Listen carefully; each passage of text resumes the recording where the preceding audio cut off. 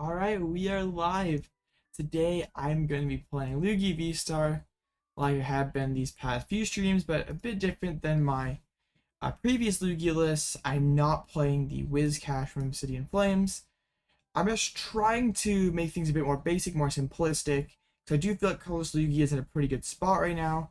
We just got to figure out what the best way to build it is currently, and the Wizcash, it was okay, but I still feel like the deck could be better, that is maybe missing something, so cutting it back to the basics with Wyrdeer, with Drapion, energy count is just back to sort of your standard thick counts there. I'm just playing lots of researches. I'm playing Quad, Nest Ball, and Squawk. I'm just seeing if there's much more. Oh yeah, Matt, I hope so. That's kind of one of the goals here. I'm playing Quad, Nest, and Squawk. I'm just like trying this out because I just want to be able to draw and get into the game always, because I feel like Lugia is one of those decks where it sometimes struggles to set up. But once it sets up, like once you get those double Archeops on the board, you're doing pretty well. We just gotta make sure we do that. So drawback to Squawkabilly is we will be like discarding energy sometimes, which we don't really always want to be doing, especially when we're playing Wyrdeer. But we have potentially two tournaments tonight. There's one that's gonna start here in a couple minutes, and then if we do bad, there's one here in 2 hours. That, yeah, that's I think overall I just like the colorless potential into that Lost Box matchup. What's up, Blaziken? Yeah, single strike has a much higher damage ceiling, but we also get to play things like Luxray. We still have high damage ceiling with Wyrdeer. We have Drapion for Mew and Gardevoir.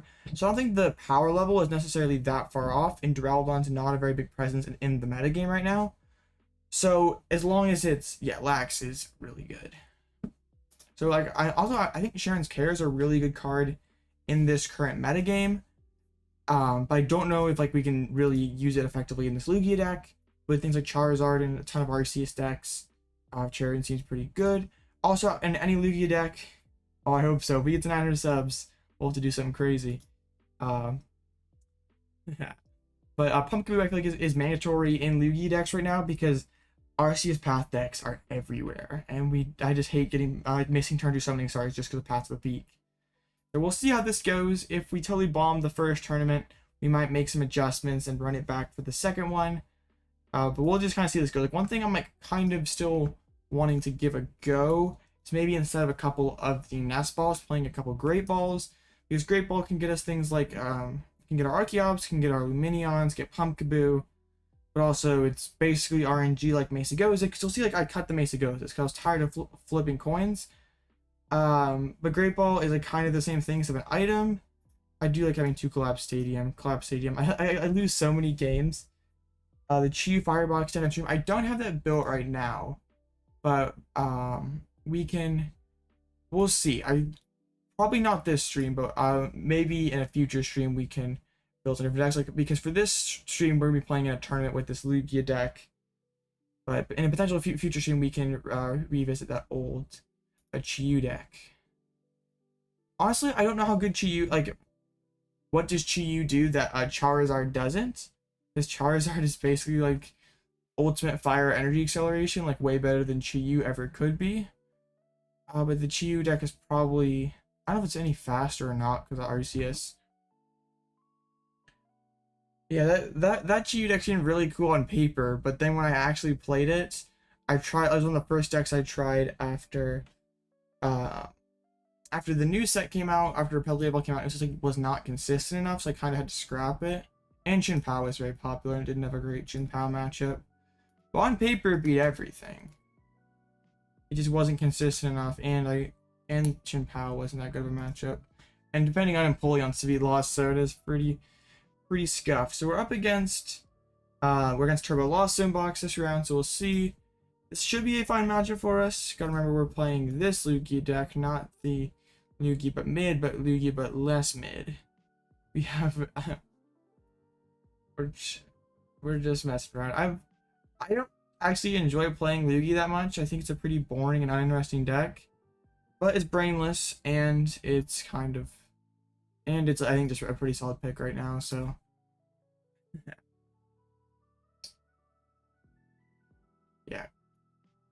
So we did the first round is up. We just gotta wait for opponents.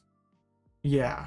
And we have the Cheren's Care also, which should be pretty nice.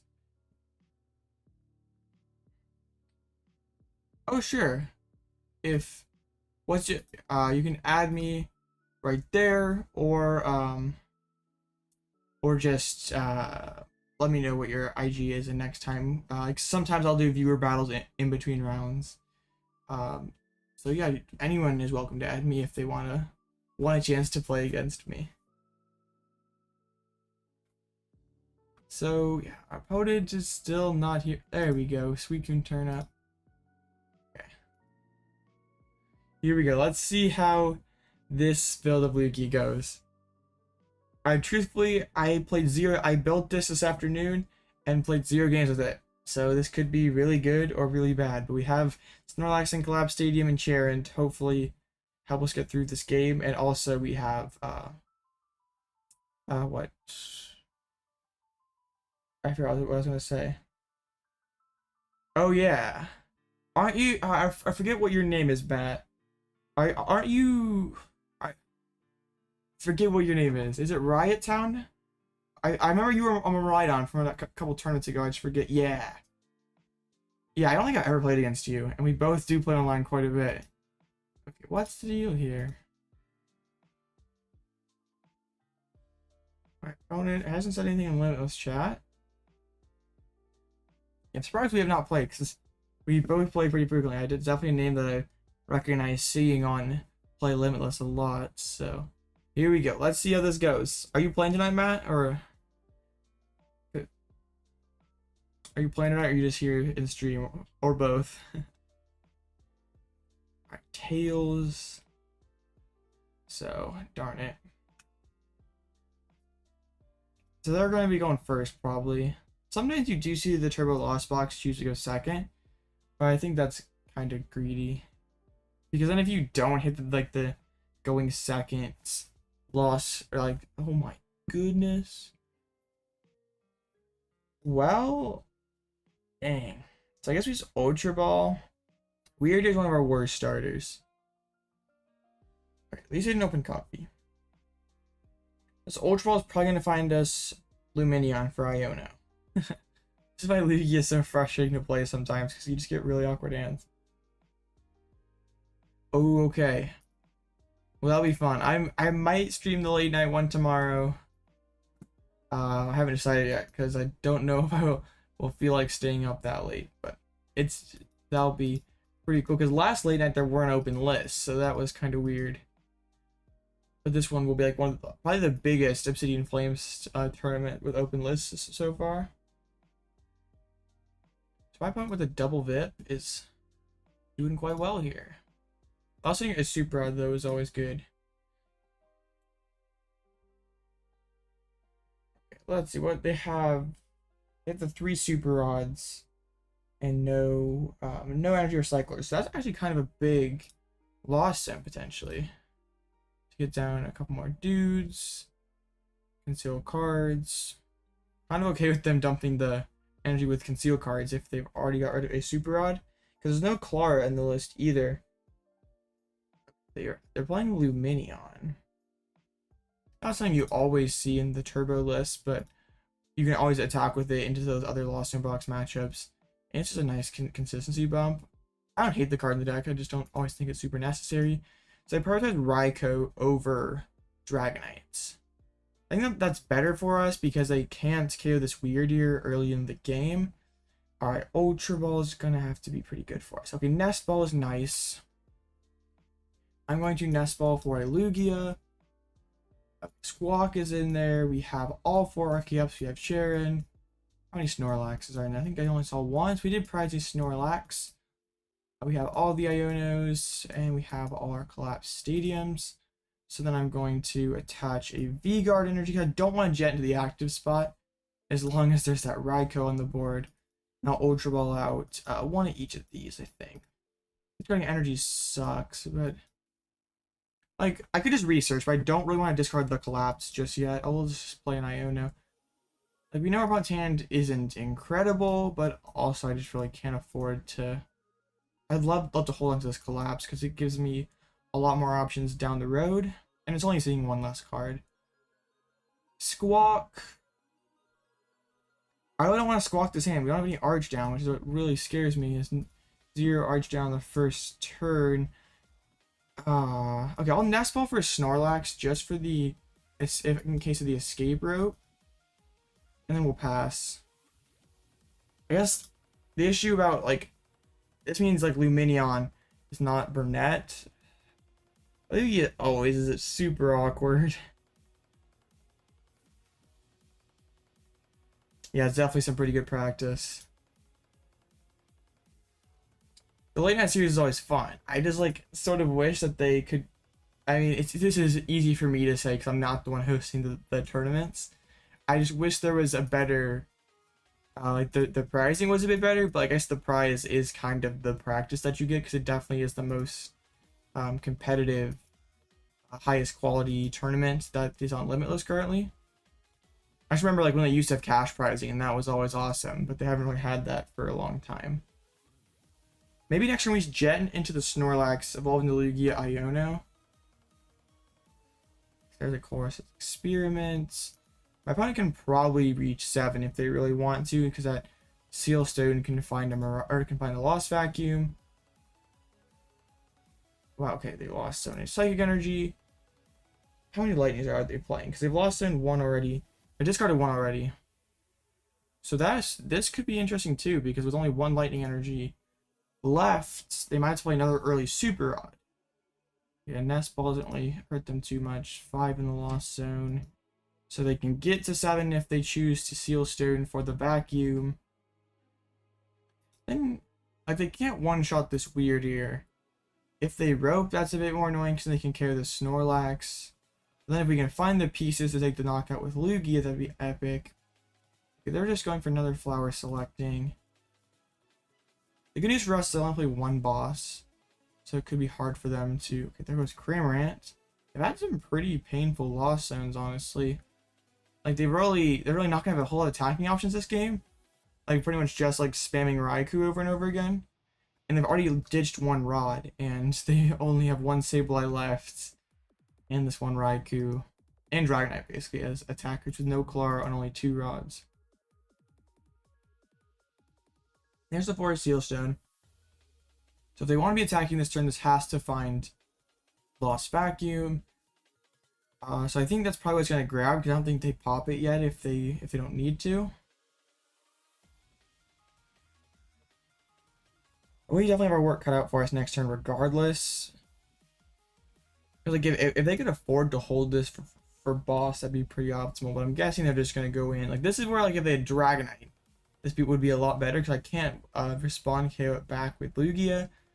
And I could one-shot this Wyrdeer. Instead, I'll just have to hit for 160. Of course, Sableye will be able to clean it up later on, but it's not quite as good for them. Let's see, how many Psychic Energies have they spent? They have 2. They're playing 3. They're playing a very, I guess, probably about your... Oh. Are they going to go for a Moonlight Shuriken this turn? Wow. They're just loading up for it, I guess. I'm okay taking it slow then. Second Mirage Gate. They're just gonna Moonlight Shuriken this turn, it looks like.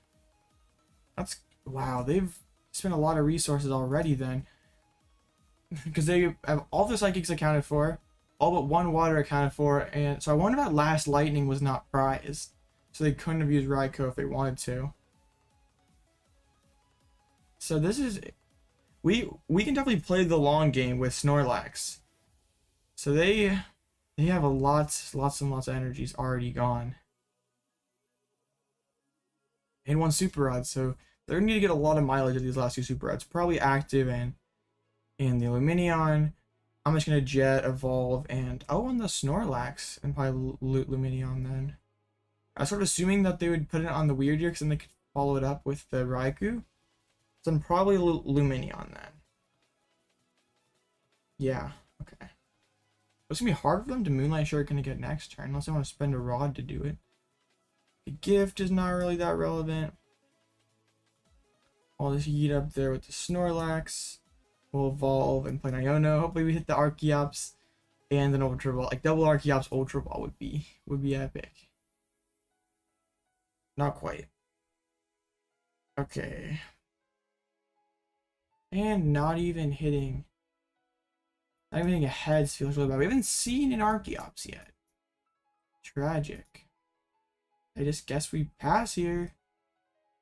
Dang. Not so good. The deck trying to make Lugia more consistent, and it's just pretty rough. Lugia's an infuriating deck sometimes, because sometimes you just like pop off and it feels like the best deck ever. And then there are games like this where you were just like sputtering along for a couple turns.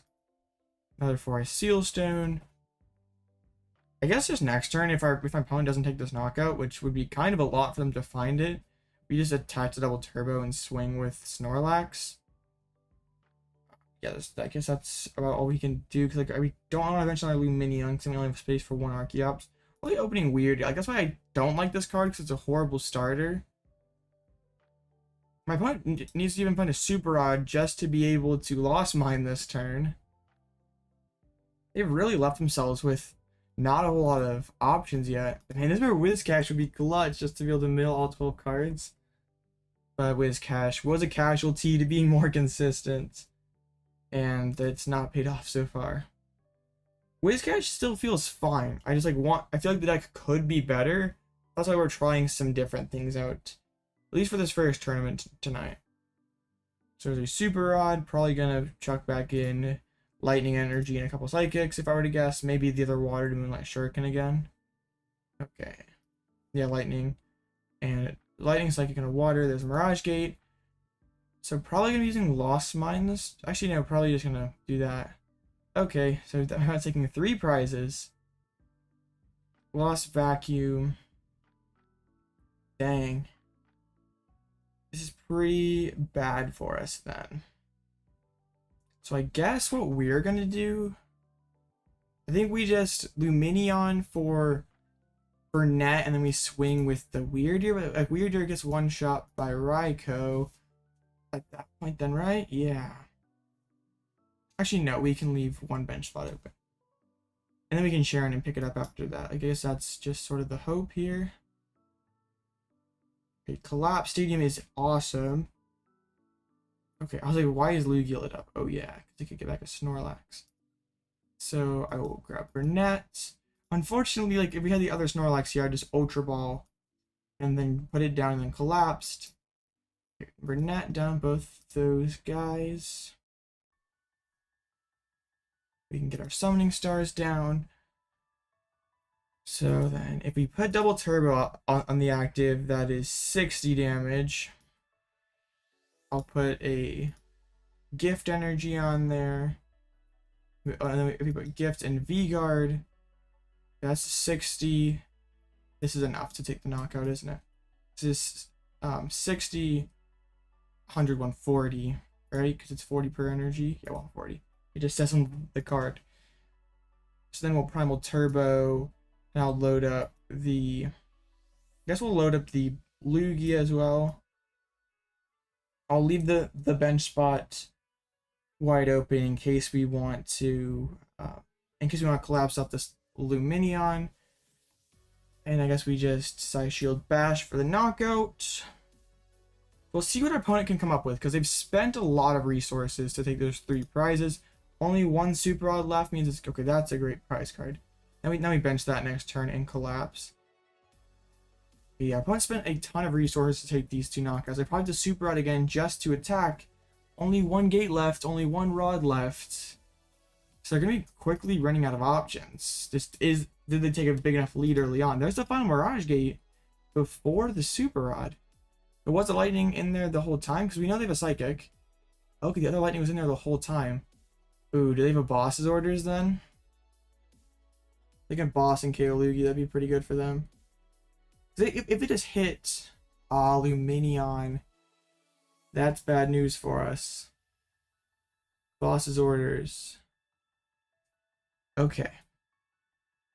Not great so far. We drew kind of slowly this game. We still have a chance. It's just not going to be very easy. The good news for us, they've spent... That's pretty much all their resources. Just that one rod's all they have left. Okay, so they're going to boss and KO Lugia as long as they have a switching card. How are you doing, Deus? If I don't have a switching card, we can take another prize. Okay, they rope. Oh, rope. I give him if we give him an Archeops. Because I don't want, I want them to be able to have to play boss's orders this turn.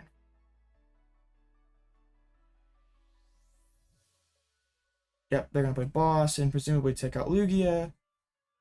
And then from here we just, I guess we can't Iono. From here we just take the knockout with Wyrdeer, I guess. And sort of hope for the best that they can't close out this game. So they are down all their gates and only have one rod left. So finding this last knockout is going to be tough. So I think holding to the collapse is going to be very important. Kind of sucks how many resources we have to dump onto this Wyrdeer to take the knockout. But it is what it is. This is kind of the way we have to play this. I guess if it gets hit, we can just... definitely a chance. Not a very high chance, but yeah, it's definitely a potential chance. With only... I guess we'll grab Drapion, because it's the highest HP basic. Not even Lugia, but Lugia's weak to lightning, so... We just take the knockout with Psy Shield Bash. I'll hold the energies just in case. Right? No, if I top the energy, that's so bad. So we'll just put them both on Snorlax. Like, Wyrdeer should be what we need for the rest of the game here. Okay, Collapsed Stadium, and we don't play Collapsed. We just Psy Shield Bash for the knockout. And that's 4 Mirage Gates. So their play this turn's probably going to be Lost Mine. Which then we can answer with a Collapsed Stadium. Double Lugia V is funny. Which we answer back with a Collapsed Stadium. The thing is, though, if they need to play a Mirage Gate, or they need to play Super Rod to get the Psychic Energies back, and then they have to dig into the deck to find those. That is a good call on deck out. Oh shoot, we're at 899. Man, we're so close to 900. That's crazy. It's actually impossible that they use Dragonite this turn. Man, this is a close one. Pokestop. Oh my goodness, this could be kind of crazy. Pokestop it is. Oh, they play a PAL pad. I did not realize that. That could help them. That will definitely prevent the deck out. They mill a Drapion. What? No, that's slow, bro. You're thinking of. This Snorlax just does 180. There's a slow bro that does that, but this one's not it. So one kind of crazy thing we can do is if they ping on the Archeops, we can collapse off one and Cheren up the other. Yeah, that'd be sick right now. With the Cheren and collapse, we can probably deny a lot of what this Sableye can do. What do they throw back in? Just a couple psychics. 2 psychics, and I missed the other card. I wish TCG Live would show you. But it is what it is. So the Chorus, that's going to be all the cards in their deck. And they'll PAL pad to put those 2 others back in. Well, in this particular deck, I prefer Drapion because Drapion can actually be loaded up and knock out a Gardevoir. And also, Spiritomb actually hinders our strategy. And I guess this person is kind of thinking the same thing because you can Mirage Gate onto a Drapion and load it up. Spiritomb is like more, like, I don't know, like practical is the right word. Okay, we can just promote this guy and we'll just play Cheren to pick it up. Spiritomb is much more splashable. I want to save the Collapsed Stadium to discard a damaged Pokemon. I'm not so much worried about my opponent benching something. I just want to be able to, if my opponent goes for something like a Lost Mine play and damages my Archeops, I want to be able to discard one and then we can use Cheren's care on the other. I want to be able to hold this Jet Energy though, if at all possible. So let's see how our opponent opts to damage my Pokemon. Because like they can go. Like they probably put 3 here, 3 here. Or they just put 12 on 1. Okay, they're just gonna heavily damage this guy. Cheren's Care just picks it up. Are they like trying to play into the spinning attack? Okay, we just play Cheren. And they probably are out of gas then. Oh, Cheren already putting in the work and it's just been 1 game. Alright, we just you can keep the energy, Snorlax. We just hold the Collapsed Stadium and we just hit for the knockout. I think my opponent probably has, like, that's both Sableyes down, all the Mirage Gates down. So, like, we just need Boss Orders to be able to win it. The only attacker they have left is Dragonite, but they're not actually the energies to attack with it. Unless I'm missing something on their list. Yeah, 3 Super Reds are gone, there's no Claw in there, no Energy Recycler. So yeah, I think they're just out of resources. They played it a bit too aggressively. I think that Greninja play early on was definitely not correct, considering all the resources they had to commit early on, and yeah, they just concede. So did not look pretty, but we're gonna be starting off 1-0. Oh, up to 900. Let's go. Oh my goodness, you guys are awesome.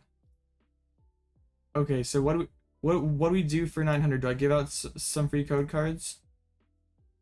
Who in chat would like some free code cards? What about Sableye? No, Sableye works on anything.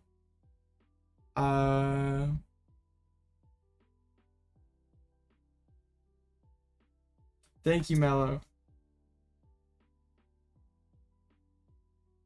Yeah, he could put. Oh, 901. Okay. Thank you guys. Let me see if I can pick a random comment. I'll just like freaking give you 25 of Obsidian Flames. I don't care. Here. Let's see if we can do this on the fly here.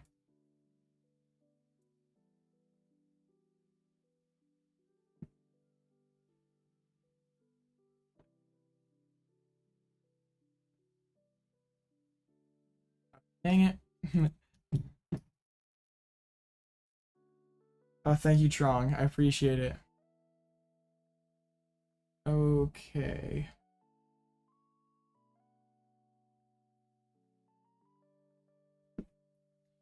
Okay.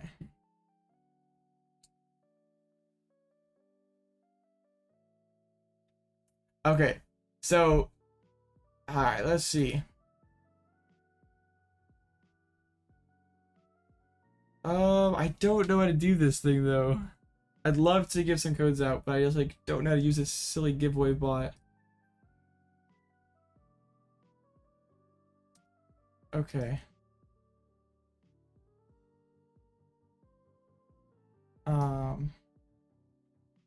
Let's see. That doesn't do anything. I just keep telling me there's no eligible users, so I don't. Huh. Well, okay. For all of you who are here, join my Discord, and I'll see if I can give out some codes on there then. Like, I wish I knew how to do this, but unfortunately, I'm kind of a noob. Or I could just like spam some codes here in chat, and whoever gets them gets them. How about that? We'll just do that. I'll just throw some codes in chat, and we'll see.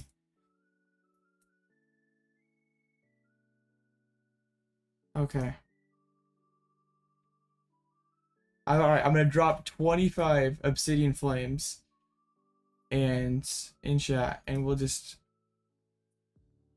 see. Yeah, so just good luck. I'm gonna drop them here in a couple seconds.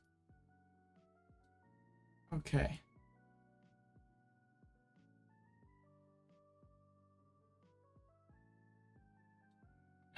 It's making me log in. Yeah. Okay. Is this just gross though? Oh gosh, they're all one line. Oh, dang it. I had some saved down here. This is just horrible. Oh, it way exceeds the character limit too. Here. Dang it.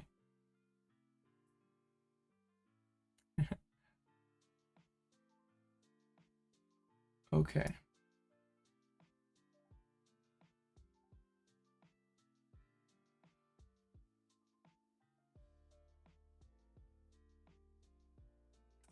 Sorry guys, just 1 second here. Is this just horrible? Yeah, you can't even grab the codes out of there. Okay. That's just pretty bad, I guess.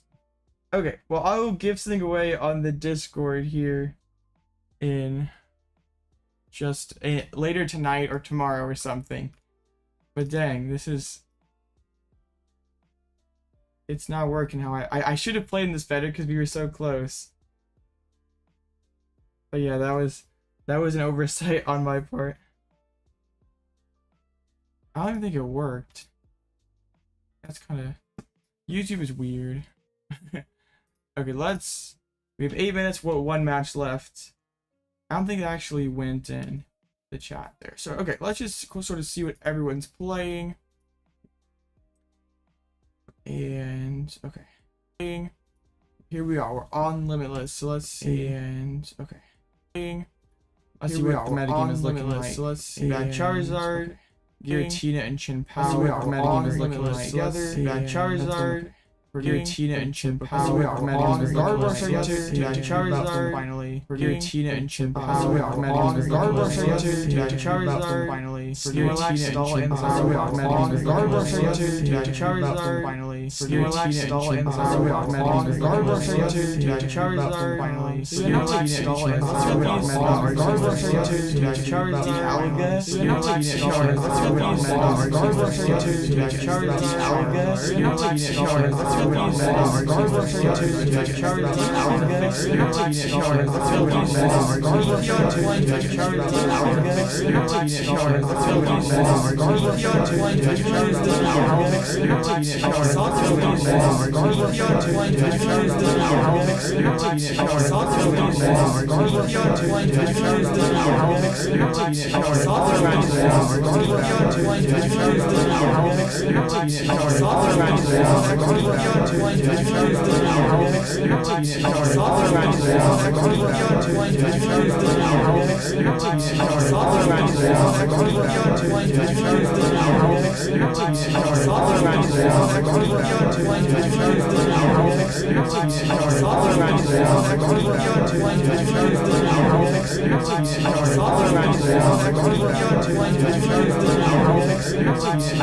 looking like. Got Charizard, Alga. Snorlax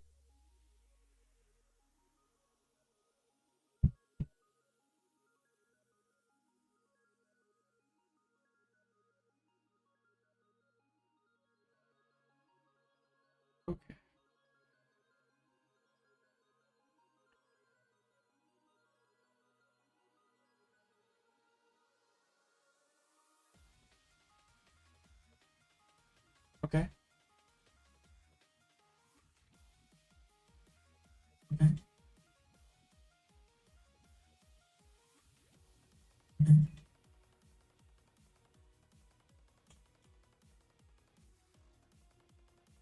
I don't know if I fixed that, but let's see.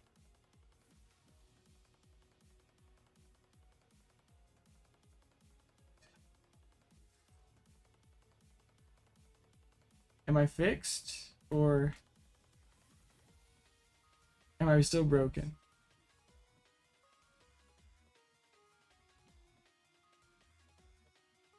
So I don't know. I don't know what happened there, but am I better now? Okay, I think I'm better now.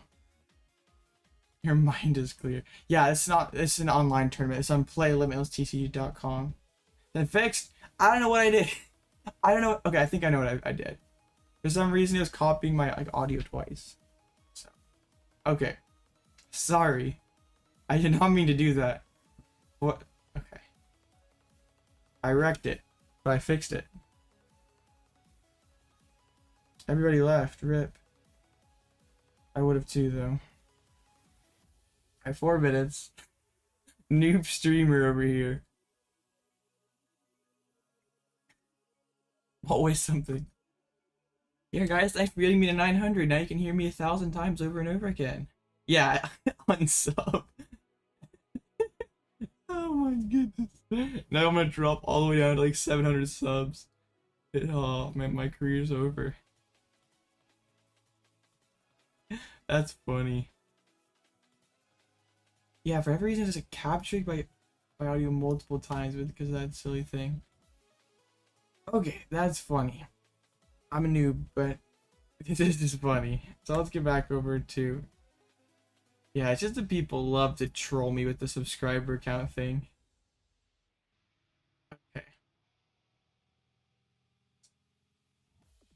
Okay. You guys are funny.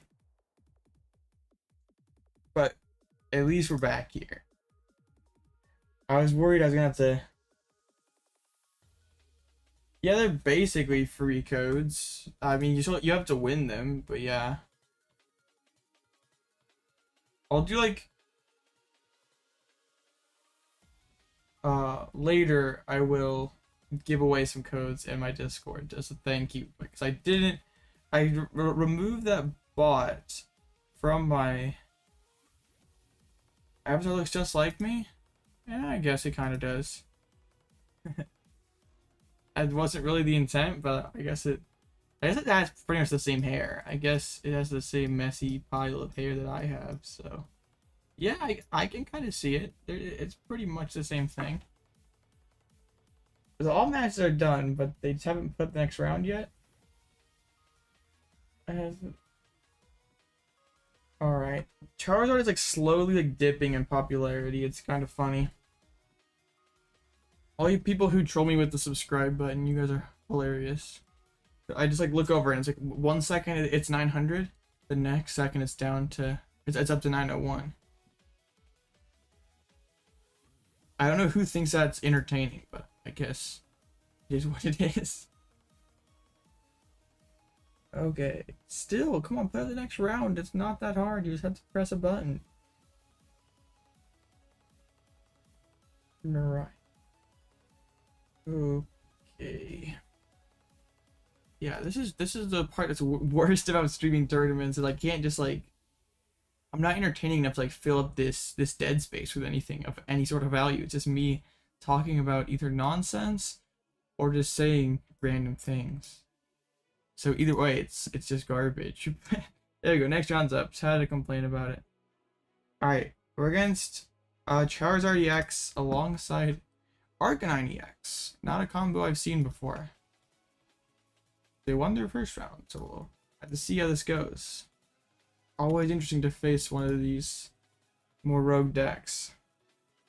What's up, Candela and Berry? Wow. Okay. We sent the friend request. Well, this is going to be a very interesting experience. I don't think I've ever faced Arcanine EX ever. I can't even say what that card even does. Oh, that's actually kind of good for them in this matchup. All right, this will be an experience. Oh, we're glitched again. We have the light. It's all lit up here, but it doesn't want to actually give us our opponent. Frustrating. Why? I don't understand why this is stupid. I mean, we might have to re-log in if this is how it is. Yeah, Cheren for damage once and gives your roads 2 prizes. All right, good to know. Thank you. I didn't really play a whole lot in that Scarlet and Violet format. It wasn't really that good. Come on, I might have to re-log in. This is very stupid. Come on. What if I take the back door? Okay. What if I like punch there? Oh, cool. Just had to threaten it. Alright, there we go. We're into round 2. The next tournament that we might do, like, we'll see how this one's going, but here in an hour and 20 minutes there's a different tournament, so we might jump ship. If, like, this one, there's no top cut, just 6 rounds, so if we lose once, we probably can't get first. The one later is probably 7 or 8 rounds and no top cut. So just be wherever we're at kind of right now. Like, if we do the other tournament, it'll be a longer stream. Yeah. Well, it's a decent card. Like, that's what's kind of cool about TCGL is they give you some decent cards to start out with. Like, it's not anything that's gonna win you a tournament, but it's at least a better starting point than like a theme deck. All right, we mulligan. Yeah, that was, well, it wasn't before I started making content. Like, that was like the second set that came out, I started making content. I just was not, didn't have the setup then really. And that was after they pivoted to live. And I didn't feel like making live content. It was not a good time. Alright, this looks like a great Squawkabilly hand, but opening Drapion. Yeah, TCG Live is pretty nice. That's the only thing that it does well. Everything else about the game is strictly subpar to PCGO. But PCGO, like, trading and that whole separate economy, basically, was very gross. I don't know why. That was one of, like, the biggest problems, especially with being a content creator.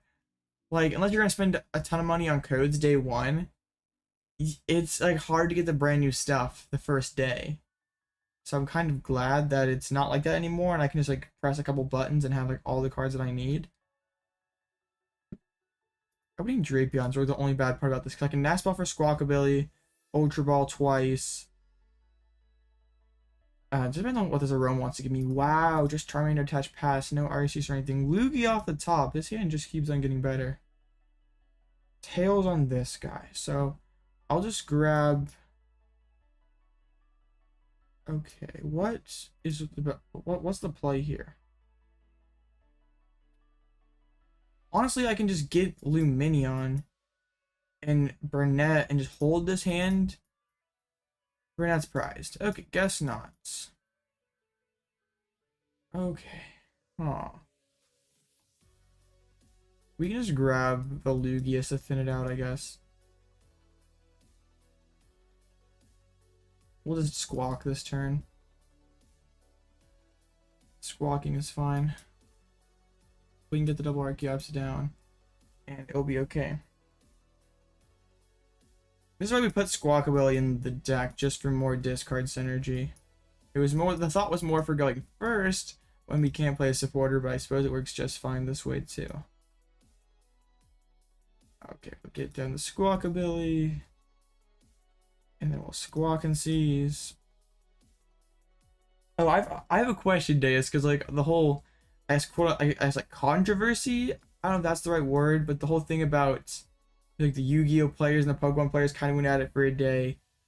Are there multiple age divisions in competitive Yu-Gi-Oh, or is it just like one age division? Because I was trying to look online, but I couldn't really find anything about it. We just hold this, I think. We should win next round with Dynamic Tail. MTG Arena Hearthstone, not too much. People like always gush about how amazing MTG Arena looks. Accessibility is definitely a very important part, but yeah, accessibility is kind of have to find a nice balance to it, because yeah, TCGL looks bad, but the accessibility is good, so that kind of is something.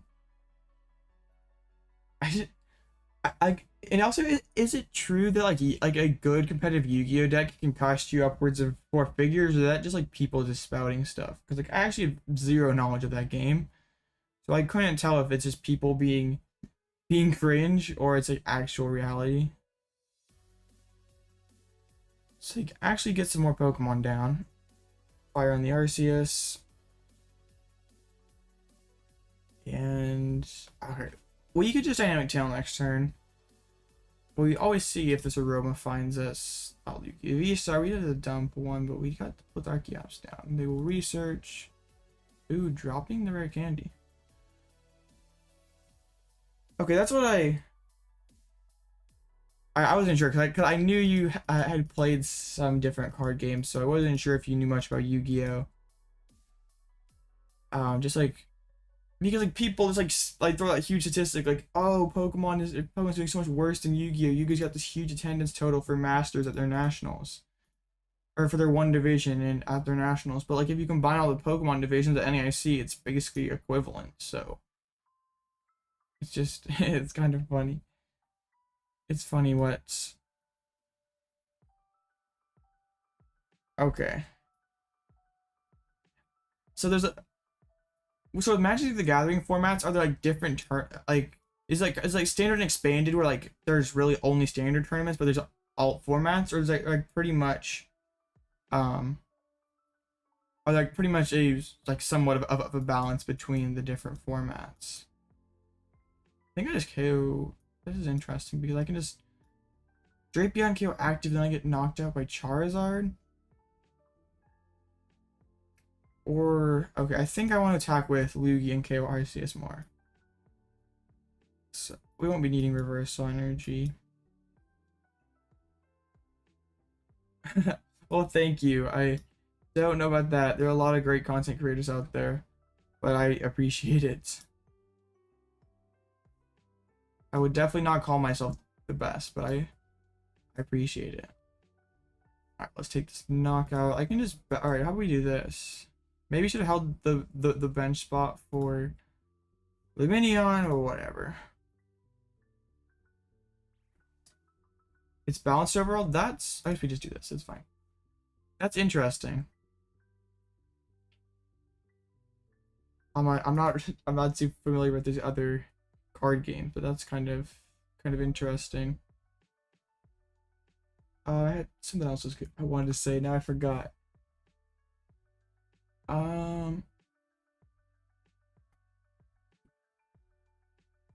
Legacy is closer to expanded. Okay.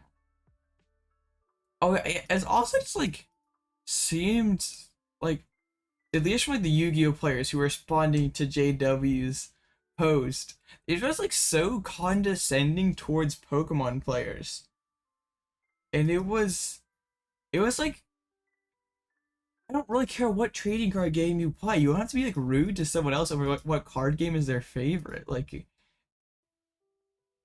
it's like not like people don't just play Pokemon because they're too stupid to play Yu-Gi-Oh. JW Creewall. Like it, or Yu-Gi-Oh players saying about how Pokemon has no interaction. JW Creewall, Flex Steady Righteous, he's a content creator, regional champion. Well, most of the single strike builds do not run Drapion, but I'm playing it in my colorless build because I want to be able to not only have a better matchup against Mew, but also it can hit Gardevoir for weakness. We can put the energies on it and actually load it up the old-fashioned way. Alright, so my opponent will... Yeah, he's not a huge content creator, but he does some pretty nice stuff. I actually played him this year at NAIC. He's honestly one of the nicest people I've ever played before. He was a pretty fun person to play that last round. Okay, they just passed. So my opponent really is not doing anything. Honestly, I just like swing with Dynamic Tail. Who really cares? No, I'm not really a Wooloo fan. I'm just like playing with these things. I just so it just like colorless, so it all matches the stuff. I don't know. It's kind of weird. I'm strange. I gotta have everything match. It's just my... It's just the way I am. Alright. Drapion busted attacker in this matchup. I swear, maybe I should have discarded the Drapion instead of the Lumineon, just how hard this thing is to move. Honestly, I don't think the Galar Pokemon are that good. Honestly, the last few gens have been pretty bad.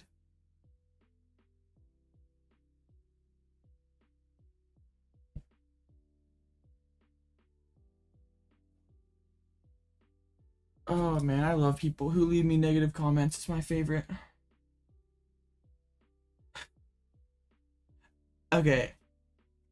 I think it's hilarious when people just go into the comment section and trash one of my lists, telling me about how horrible it is, but like, other than that, great list. And you like told me like what 10 like why 10 different cards in my deck were bad, but other than that, the list was fine. Like, you don't need to give me a compliment. Like, that doesn't offset the rest of what you said.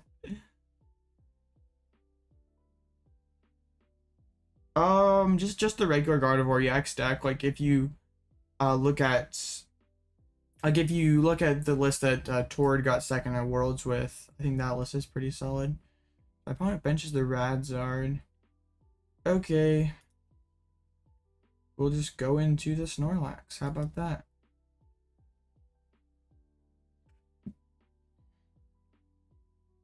Yeah, that's one of my favorite parts, because like I could like be very rude to them, but like I can't, because I'm not gonna. I'd say Lost Sin's pretty fine into Charizard, but you have to have a solid early, like your early game has to be pretty solid, because it is definitely harder to KO those bigger tanky RCS and Charizards. But if you can get an early enough lead with those Moonlight Shurikens with the Lost Mine, I think the matchup is okay. And like you also can play stuff like Shaman or Tropius if you want to try to improve that matchup. And like if you're playing Lost Tina, you can Lost Impact the Arceus and Star Requiem the Charizards. I'd say that's why Lost Box is one of, if not the best deck right now, because it does pretty solid against Chin-Pao and Charizard, which are two of the best decks right now.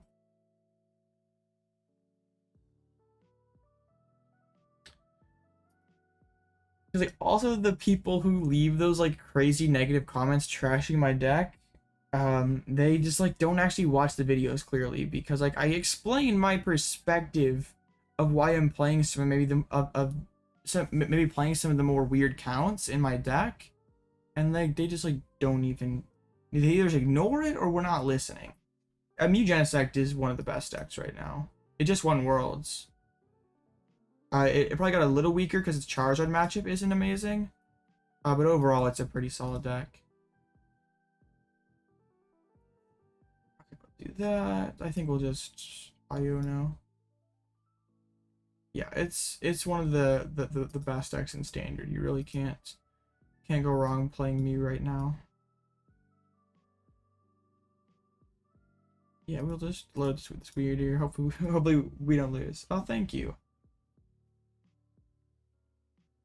I just try to put out, maybe not, it's not always necessarily the most meta relevant stuff. I try to have a balance of both, where we have some more competitive decks on here, we have some more fun decks, but like the decks that are definitely more in the fun category, I try to make them as competitive as possible. Like I really strive to only put out content that I'm proud of, and there's some days where, well, like there's some days where I feel like I have worse videos than others, and like that's kind of what goes along with being a content creator. But most of the time, there have been some times where I've made a video, I'm almost about to edit it, and like, nah, this deck sucks, or I like the game suck, I have to retake it. I try my best to at least put out, because like it sort of makes me, I don't want to say it makes me mad or upset when like people are like say that my deck doesn't work, because like I feel like it's sort of my responsibility to put stuff out that actually works, not just like throw out lists that are totally dysfunctional. Like early on when I'm like theory crafting a deck with zero testing on it, okay, that list probably won't be as good as something where I've actually played some games with it. Like I wouldn't, like when I do the early list before a set has come out, those lists are pretty rough. Like most of the time they're not going to be even close to optimal. I just like sort of guess, do the best I can to give people a starting point. And sometimes they're good, sometimes they're not so good. Yes, it's kind of just, it's not really guessing, but it's just sort of, I mean, in a way it is though, because I've sort of just my own experience and intuition to base it off of. Alright, well, we don't win next turn. Yeah, he's not really doing so good this game. He hasn't even dropped the Charizard yet. I'd be really worried if he got the Candy Charizard this turn and could knock out my Lugia. Alright, so can we win with Wyrdeer this turn? We need like 7 energies or something. I think we have enough. I'm not about to count though. I think we have enough. Okay, this is 1, 2, 3, 4, 5, 6, 7, 8, 9. Yeah, plenty. More than enough. What? Frontier Road. And then we can do this one. Get these two. And then we have a big Side Shield Bash for the game. So the Wyrdeer has been pretty nice these first couple rounds. 420 damage. That's funny. That's a funny number. So I'll take the knockout. And there we go, 2-0. So my opponent really didn't get a whole lot going that game, but yeah, they're definitely playing. I guess they're only playing. Wait, okay, they're playing 4 rare candies, but they weren't playing any Ultra Balls or Nest Balls. Just 1 Great Ball. So they were definitely missing a lot of the core cards that we've come to know in Charizard. That's okay. Not everyone has to play those. Not everyone has access to those. Okay, we'll update the record here to no. Okay. What would kind of suck though is if we, I guess it'd be fine if we like started 4-0 and we like lost our last 2 rounds and we miss out on playing the second tournament. I'm so funny, aren't I? I'm so funny.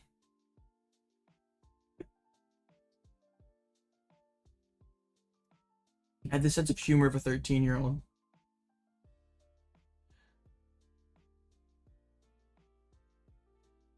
Please don't.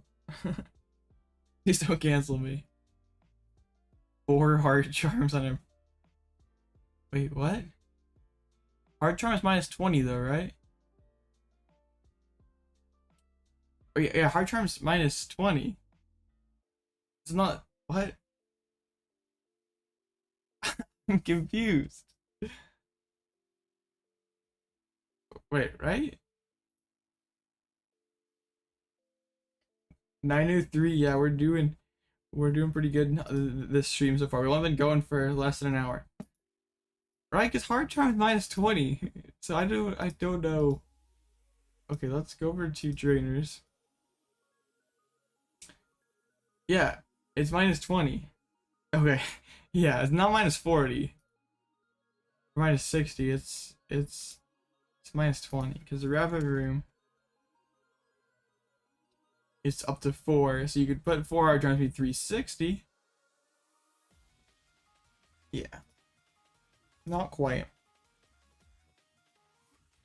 If our room had like metal saucers still, it'd be a funny deck. It'd at least be viable, I think. Past the Peak really makes strategies like that pretty hard, where you're trying to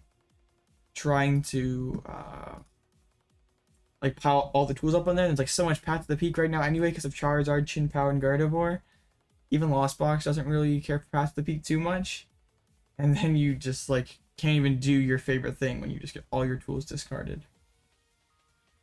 I think if any has potential in like some sort of like controlling archetypes, but it would definitely need some support before it's super, like before it's like really that viable. It could be interesting if we had like more energy denial or more hand disruption. Like if there's a way to like discard your opponent's hand completely, then control their top deck over and over again. I think Bravery Charm is only basics though. Right? So it's plus 50 but only on a basic. Yeah, Big Charm is plus 30, but it's not in standard anymore, so I guess we're playing expanded. Alright, well thank you. Thank you for stopping in. I appreciate you.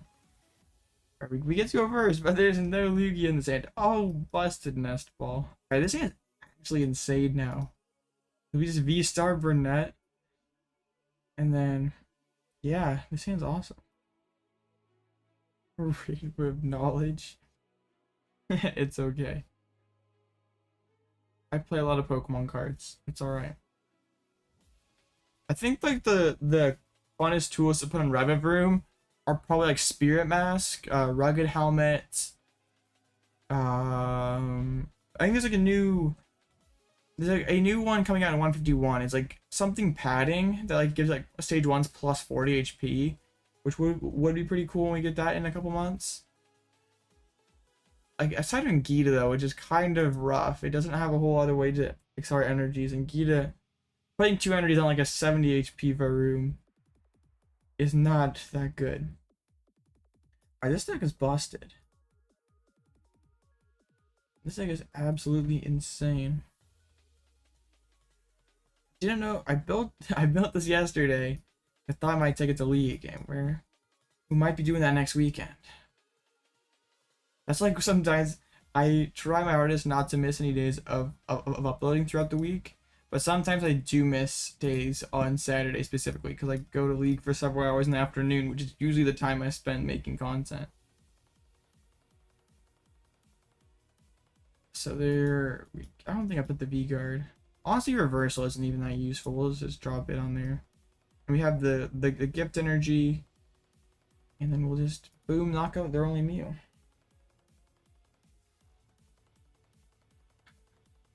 It is very common. That seems like it would not be that much fun to play against. Double Lugia up the prices again.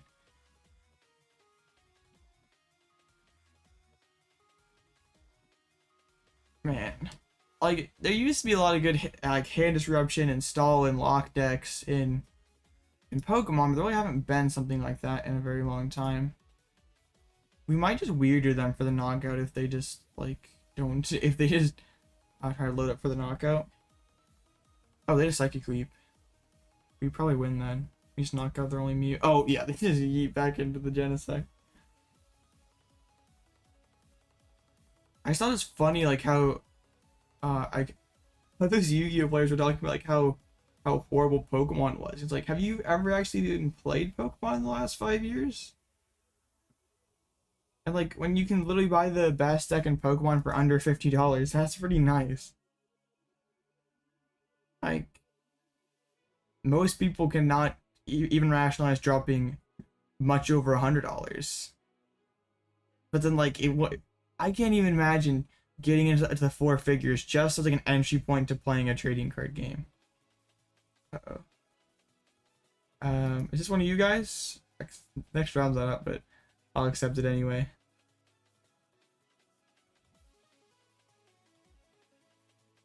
A lot of things will be busted in games.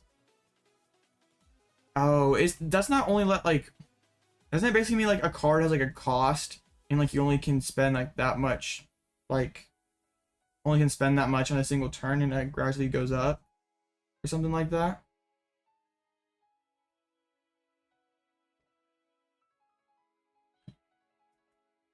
But like, are the best decks like get into?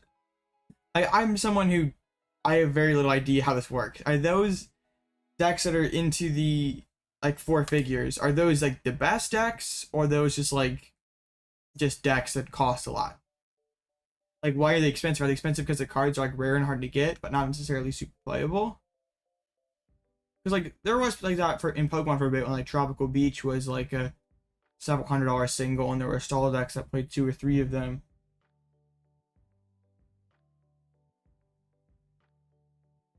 I think it's important that if there is a super expensive deck, that it not be like far and away the best, most dominant deck. That like hopefully there's some cheaper options that also are pretty viable too. And it's not just like you have a super expensive deck that just runs the whole thing.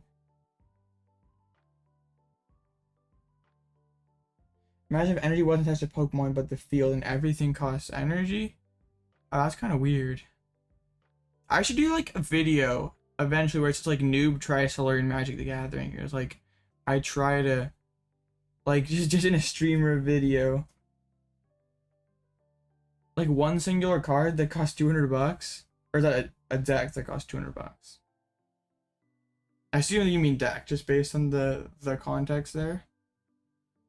But still, 200 for a deck is not that friendly. Like if you look at Pokemon, really the only deck that gets you over $100 is like an RCS deck. Everything else you can pretty much get for at or below $100, and you can like buy the Mew Battle Arena deck and you pretty much have the world, like you can just add a couple cards and you can get pretty close to the world's winning list. Like that's pretty crazy. That's not great, but I guess it's not horrible. I just can't imagine being like a new player and just being like, I gotta drop $400 on this. Like, if you're like new and not that good, like how, I guess you probably don't drop that much unless you have that much money to spend. Sheesh. That's 400 or 2,000. $2,000 for a deck of cards. I'm out.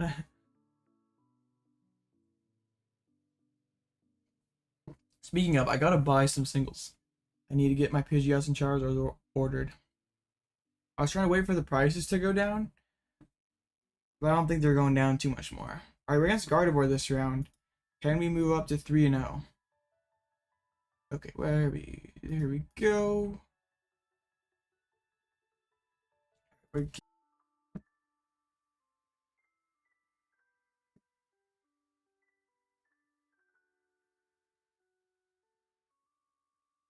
Okay, we're back, I guess.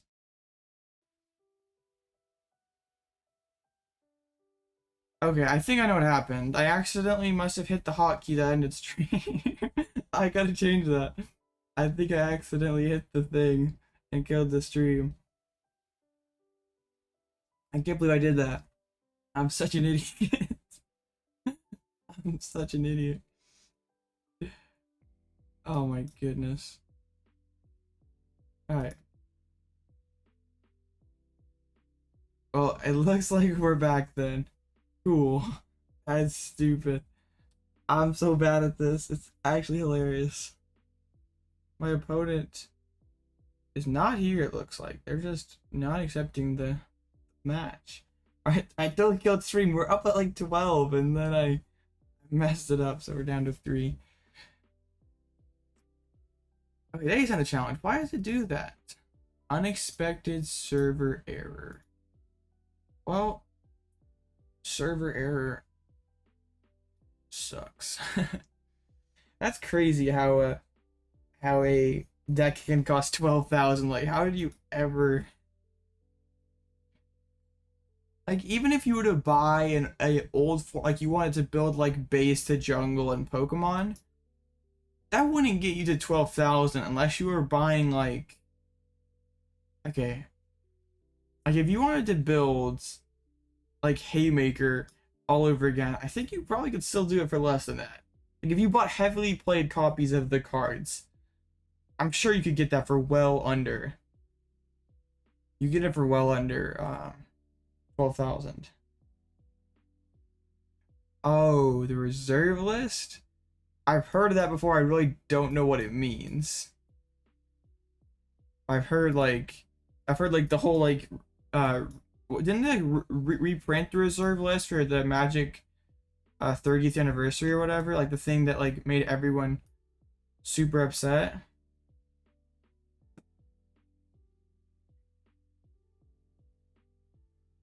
Don't worry about it. I'm not sure what I'm worrying about, but okay. All right. I will worry about that. I don't know what I'm supposed to be worried about, but all right. So my opponent, like, at least did not have any wallets not opening hands. And if they're going back into Mew and using Mysterious Tail, it means they don't probably. Oh, okay. All right.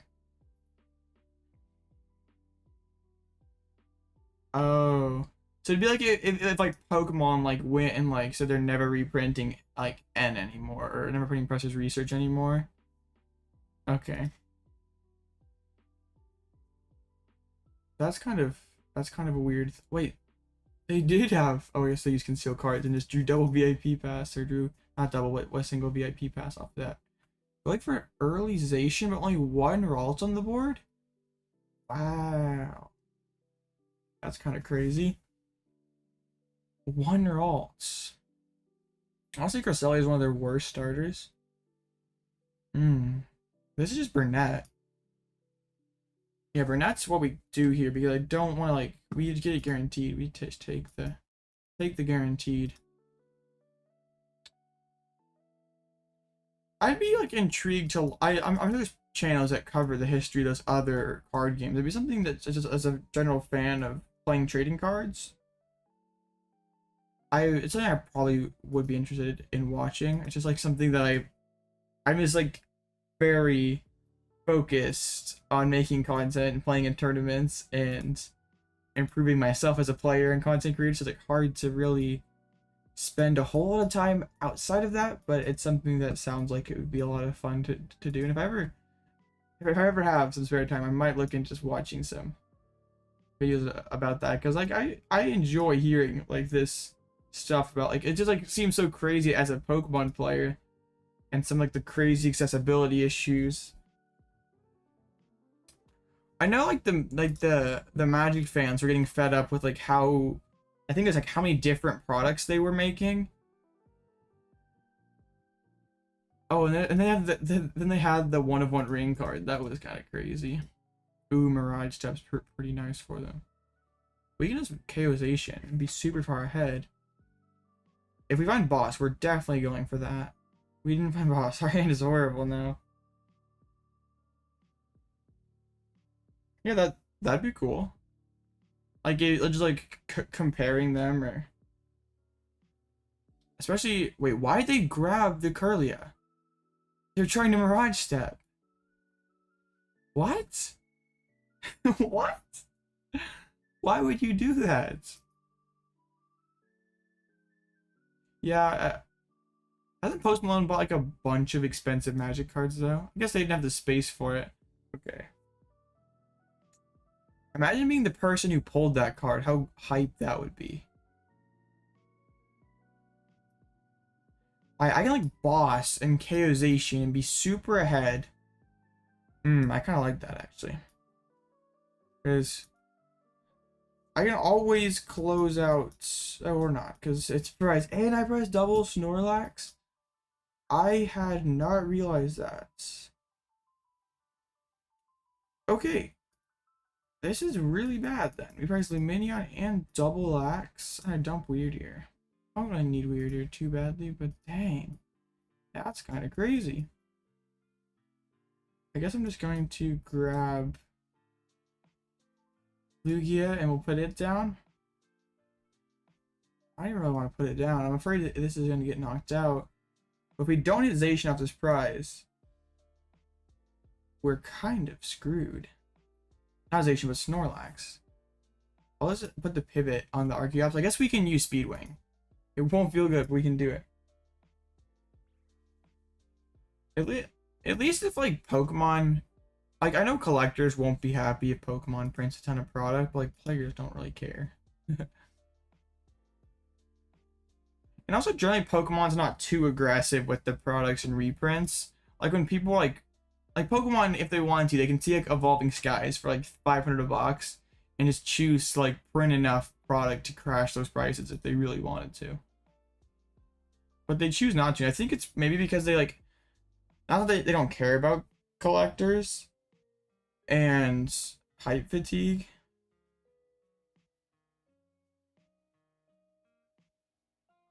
Dang.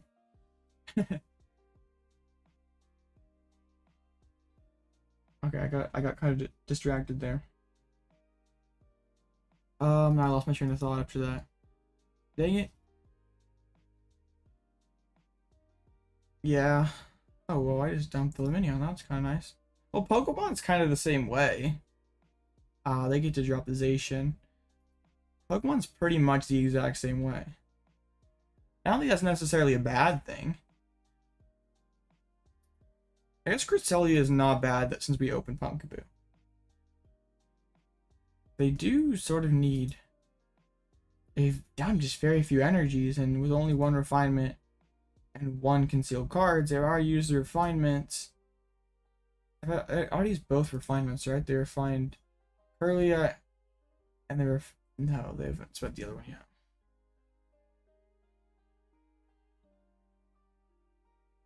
Oh, okay.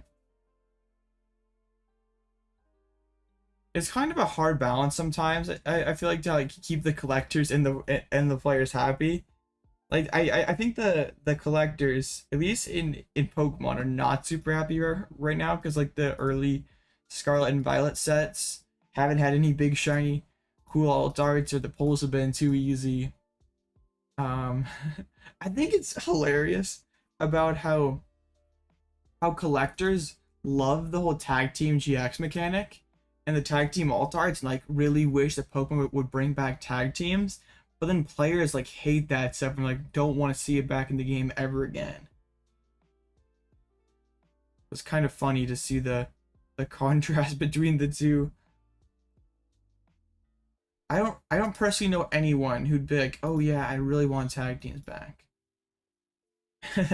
That'd be kind of funny though to. Oh man, tag teams were just bad. I hope that's a mechanic that's just on the shelf for forever.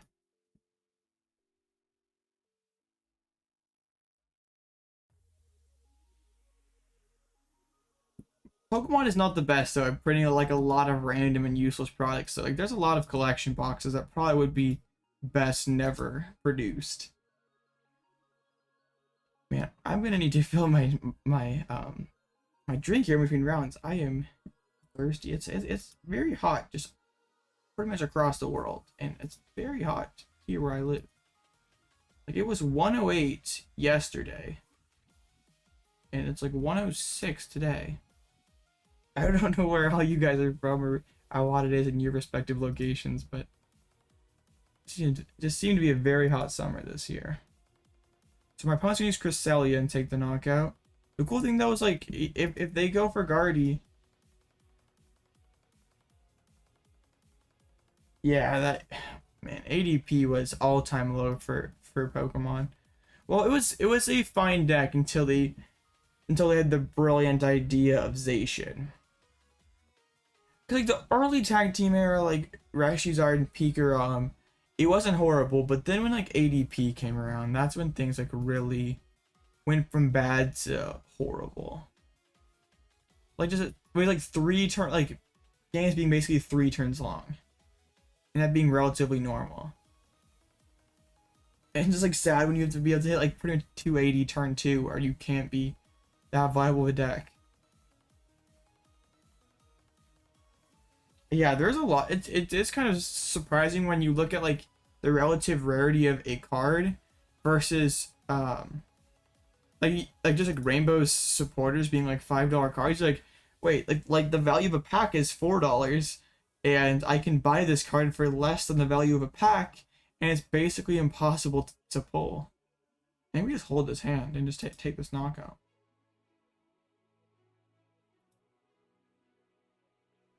Yeah, I think like the collectors just always want like that crazy alt art and stuff, and like they just like and Obsidian Flames has all the charge art stuff that they usually like, except the pull rates are too easy.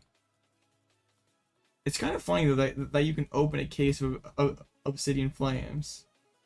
Yeah, Obsidian Flames though feels really bad because like the million different EX cards. I don't understand why they have so like. I know it kind of ended up that way with all the gym sets, like the gym decks or whatever in Japan that had all the like random basically filler EXs, but then they all came up over here and so many useless cards. And then so you can't even pull the card you actually want because like so many just like filler EXs. We're fine. We just, I mean, we get to refill our hand with gifts. We can Ultra Ball for Drapion. So it looks like we'll be up to 3-0. Unless we like draw all our energies off of Snorlax. Paldea Evolve was solid though for resale value. Because like the desirable, the characters were hard to pull and there were several desirable ones. And you like, there's like no way you open a box of Obsidian Flame. Like the only card you could make money off of is if you pulled the SAR Zard. But with Paldea Evolve, there was more ways you could get to that. Yeah, I think that I don't know if it's gonna be sort of like how Rebel Clash was, where people like really hated it for a while, but then people realized that like the boss's orders is in there. Like there's some cool cards in the early sets. Yeah, like I think Paldea Evolve will be fine long term. Okay, yeah, we just win. We just knock this guy out as long as we have enough energies in deck, and I'm pretty sure we have enough non-double turbo energies to win. So Nest Ball. This one is very cool to have Drapion, where if we were playing the other build, we could not do this. Oh no. Oh, it's fine. We still have 170. It's good. Well, they've got a lot of cool characters. Like a lot of popular Pokemon too. It's not just like cool arts. It's also like the Magikarp or Tyranitar, like also fan favorite Pokemon that got some pretty nice arts. And isn't the Iono still pretty pricey? I think the Iono is still, I don't remember if it's over 100, but it's like still a pretty relatively expensive single. Alright, looking Drapion for the game. I'm not really much of a collector. I do sort of, I guess, collect sealed products, but not a huge collection. I actually sold some of it to be able to improve my setup here. Yeah, Lost Origins got some cool cards. The Alt-Skiratina is pretty nice. I feel like people are just like Silver or the Sword and Shield block was just so insane in terms of like, collectability, and Pokemon raises the prices and cuts back on the cool cards, and everyone is just like super upset. Like really, if you look at most of the beginning sets to a new block, they always get better towards the end. That very rarely do they have like an absolute banger right in the beginning. Like really, Black and White base is a very bad set. XY base, I mean, in terms of playability, XY base is awful. It does have the starter EXs, so people like it now, but still like relatively, it's not that expensive compared to like the later X and Y stuff. Not even later, but like more towards the middle. And then like Sword and Shield base, not so good. Sun and Moon base, not so good. It's just how Pokemon does it. Okay.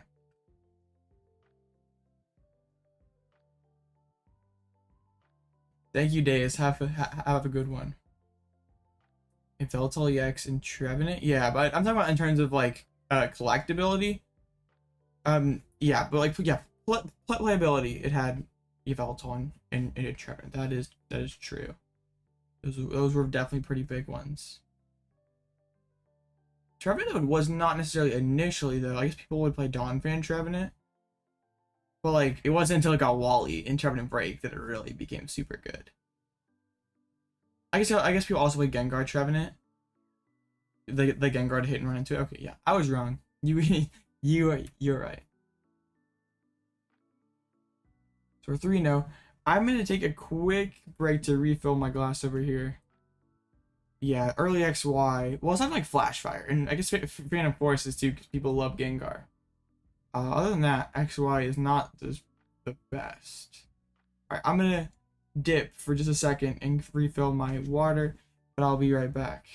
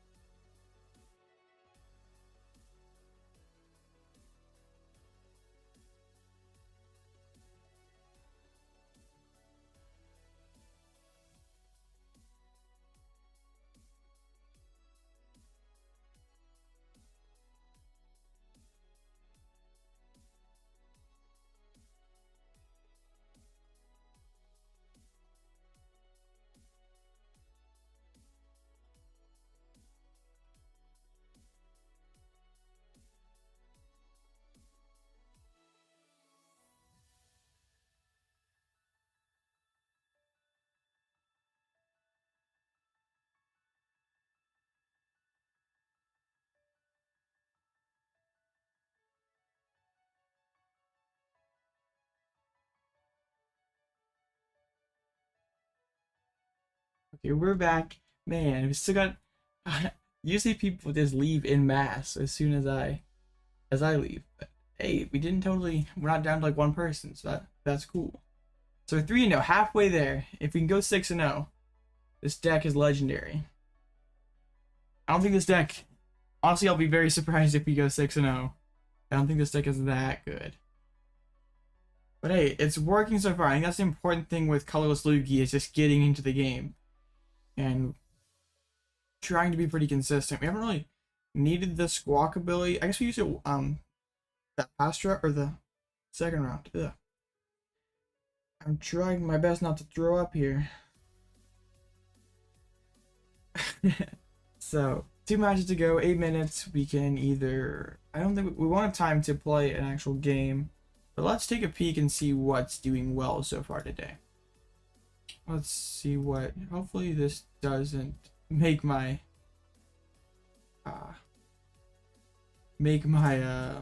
audio go all crazy like it did last time.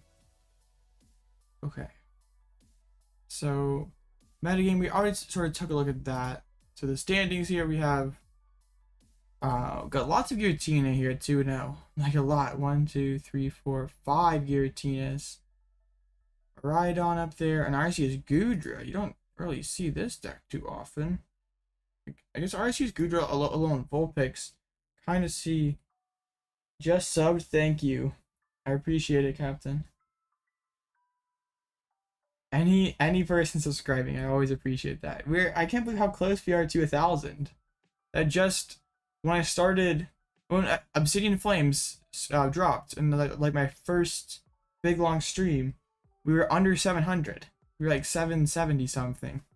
So this is ridiculous. I think you guys are awesome. Still two matches. I can't really do the metagame thing because my head blocks the Pokemon. So let's see what matches are left. We have Lost Box against Lost Charizard. Is this Charizard? This is just Staples Art. Okay, I wasn't sure if it was the Charizard EX. So some people have been playing that alongside Lost Zone. And this is just oh, it's Kyogre. It's not Turbo, but Kyogre with the Pidgeot V. Don't really see Pidgeot V that often.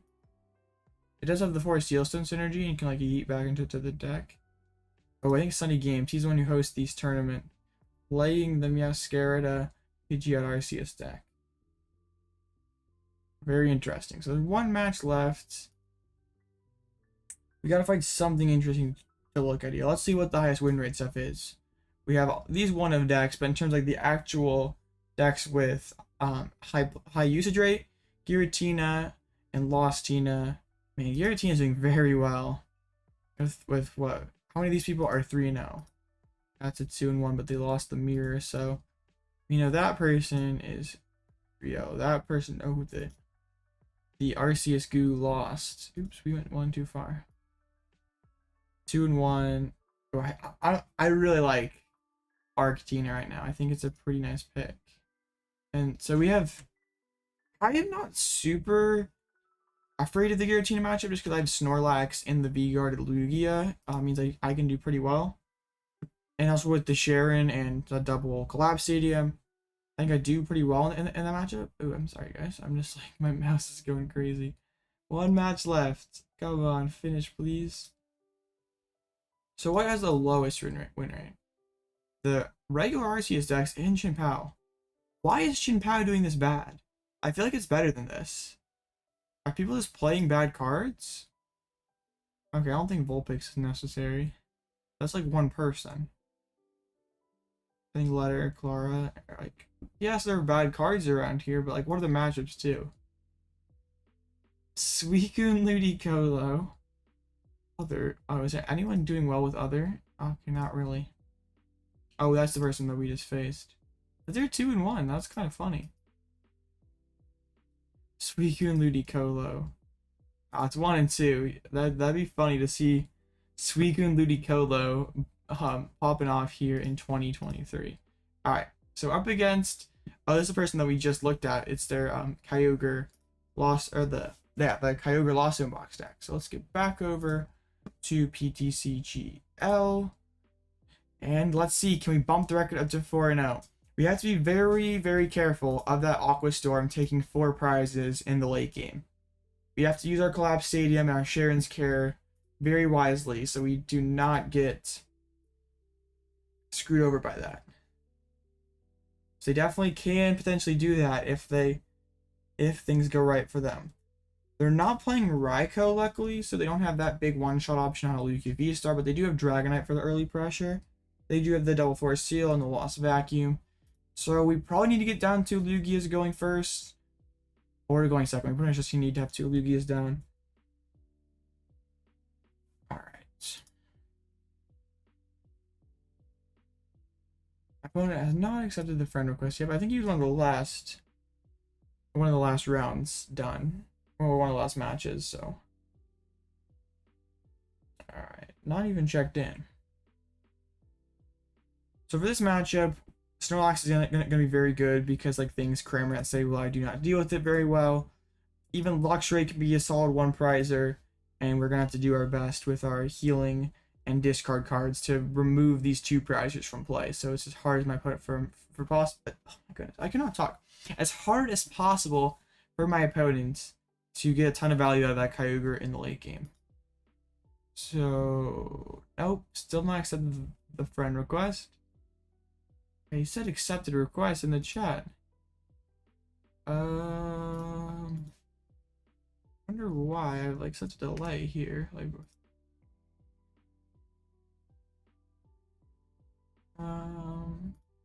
very weird.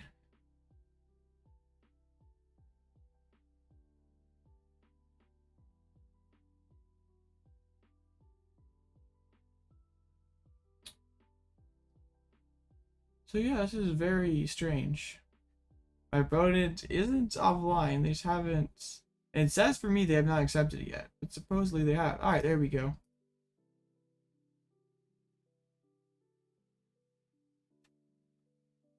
Okay. What's up, XYZ? Yeah, Lost Box and Lugia are pretty good. I had to finally ditch the Lugia mail. I'm just playing boring colorless Lugia today. Just because I'm just trying to see, because I have locals this weekend, and I have a league this weekend, and then in September I'm going to at least, or hopefully going to at least 4 League Cups in September. So I want to try to get, like, I built this IRL yesterday, so we're just trying to figure out what the best way to play Lugia is, if it's without the Whiscash, or if it's with just boring colorless, or with the Whiscash. It is a very fun ladder deck. I was having some trouble with it yesterday because my opponent was like expecting it and playing around it. I was just drawing awkwardly, and I just hate dead drawing. It's one of the things I hate the most about playing Pokemon cards, so I'm just gonna try not to do that. And so far, the Drapion in this particular build has come in pretty handy. We were able to one-shot a Gardevoir with it. The Wyrdeer was pretty nice against Lost Zone box. But of course, that Lost Zone player would have got totally decked out. I'm kind of okay with that, because I can get Snorlax on the board for any good stream clip so far. I accidentally killed stream. My mic went crazy. Other than that, I don't think so. Nothing that'd be worth making a YouTube short out of. The stream's been filled with technical difficulties. It's been kind of a boring stream so far, and me just messing up. Not in the game. I've been playing alright, but yeah, for some reason my audio got messed up for a bit, so I did fix my mic. And then last stream, what was last stream? Oh, last stream was, that was not a very deep run either. I can't remember, honestly. So that probably means no. But also, I don't remember, really. I think we had some close games that game, but we ended up going 2-2 draw because of bad draws.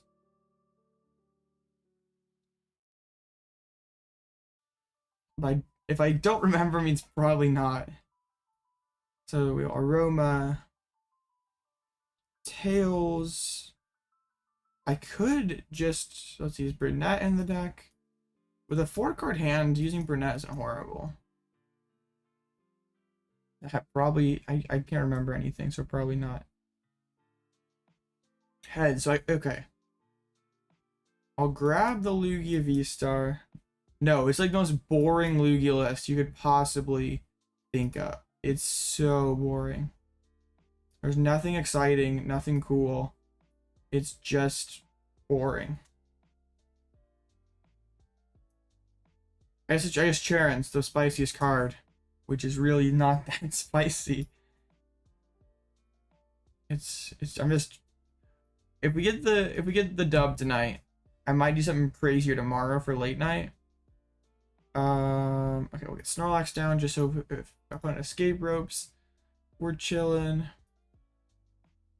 Yeah, we might go totally off the wall tomorrow for late night, like especially if we win today. But then if we win, we might just run it back and try to get the 2 tournament wins in a row. I do think Wizcash is still alright. It's just probably not optimal. It's a very funny card. It's a very funny card to be playing on stream, though. We might just run Wizcash tomorrow. Just like see if we can get it, get a high placement with it at late night, and then get everyone to start playing Wizcash. Because for the tournament I played in, that's probably.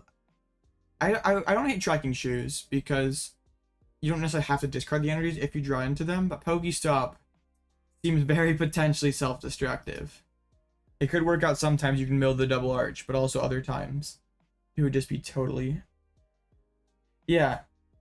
No, we hate coin flip gambling here on this channel. That's why we got Mesagozas. And I literally hate this card. I hate flipping coins. I basically try to avoid doing it whenever possible. But I think this deck is in a very strong position in the current metagame. So I'm just playing it so it's like I don't want to play odds to flip tails on stream minus 300. Yeah, that's why we took Mesagozas out. What's up, fancy deck? Yeah.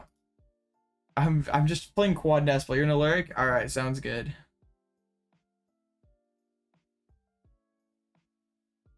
So let's see. Can the opponent take the knock? Oh, they lost on the vacuum, which means they probably have. Did they pop the forest seal? They did. I gotta pay closer attention, but a lot of the regulars are coming back into chat, so we gotta make sure. Yeah, it's kind of funny playing on stream here because it's hard to focus on this and chat, but I quite enjoy it. I'm getting used to it. It was definitely like a learning curve, like the first few streams where I was like trying to keep up with chat and play. It was hard, and I was making a ton of misplays, and it was very funny, but it was hard. Well, summoning star, and I can collapse off the Lumineon, and then we can just play an Iono. Let's get that. I don't really care. I'll just put the double turbo on. And then Collapsed Stadium. They'll probably discard. I don't know if they discard Comfy or Sable. Like, couldn't they go down to 1 Comfy on the board? Pretty bad. Ooh, they're just gonna discard the Comfy. I'm okay with that. I'll just put Gift and Therapeutic. I already had a Therapeutic. That's probably bad. Yeah, thank you. We got 900 this stream. That was earlier this stream. We hit 900. I think I'm gonna keep the collapse in play because my opponent would like to maybe get down another Comfy. Would like maybe take a swing with Cramorant this turn. He's attacking turn 2 with Snorlax, even if he didn't summoning star. Colorless. Oh yeah. I misread that. I thought I read that as Colress, and I was like, what does Colress have to do with attacking with Snorlax? Reading is hard.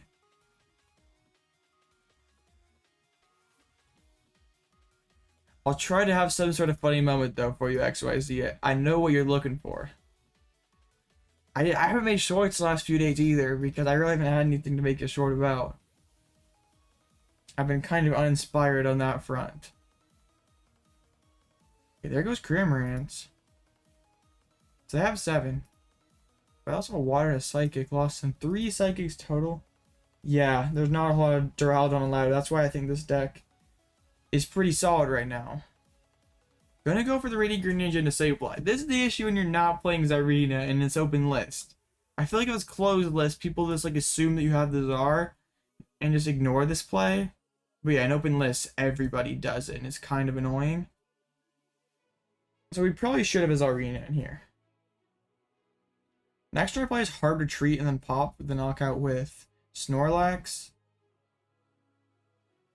I don't even need to Hard Retreat, I just keep swinging with Lugia.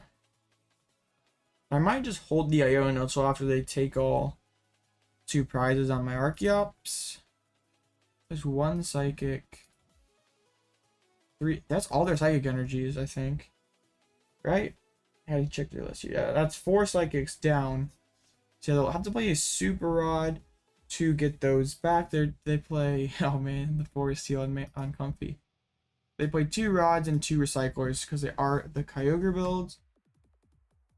So it looks like they haven't spent any of those yet. Another Sableye getting down. We just have to be very cautious of Kyogre. That's why Cheren's Care is going to be pretty nice. Potentially, if they like, try to pre-drop some damage on a Lugia, then we can heal it up. So alright, they're gonna put 90-90 on the 2 Archeops. I think I'm just okay attacking with Lugia again, and we probably hold Iono to put them down to 4 after they lost my next turn. But they are gonna have to use a Rod or Recycler. Probably a Rod because they want to save Recyclers for Kyogre if at all possible. Research is interesting, but I don't think we need to use it this turn. We'll just put that there. Really, I have pretty much all the attackers I need on the board. We don't really need much else at this point. We'll just drop those down. And even putting lots of energies in play isn't bad because Wyrdeer could be... Wyrdeer to knock out Dragonite could be a solid option. Let's just Tempest Dive. I'm going to keep the Collapse down still because it seems like that... At least it prevents them from dropping in another Comfy or something. It doesn't really bother me at all. The issue is like just Rod, just like drawing into that... drawing into the Cheren without benching Lumineon, because it kind of defeats the purpose too. Yeah, open list tournaments. I understand why, and like that's like one thing that's like a weird adjustment for me after not playing real life cards for so long. Like it makes the headache of like, oh, do I play the boss this turn to try to stall something? But oh wait, I can't see if they're out of switches. Like online, you don't really have. It's like playing a guessing. A real life, it's playing the guessing game, but online, you know for certain unless your opponent's cheating.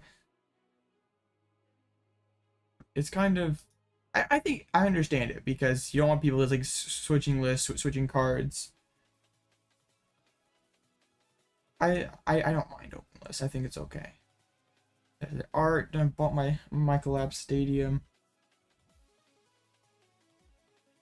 Chat, here's the number one question.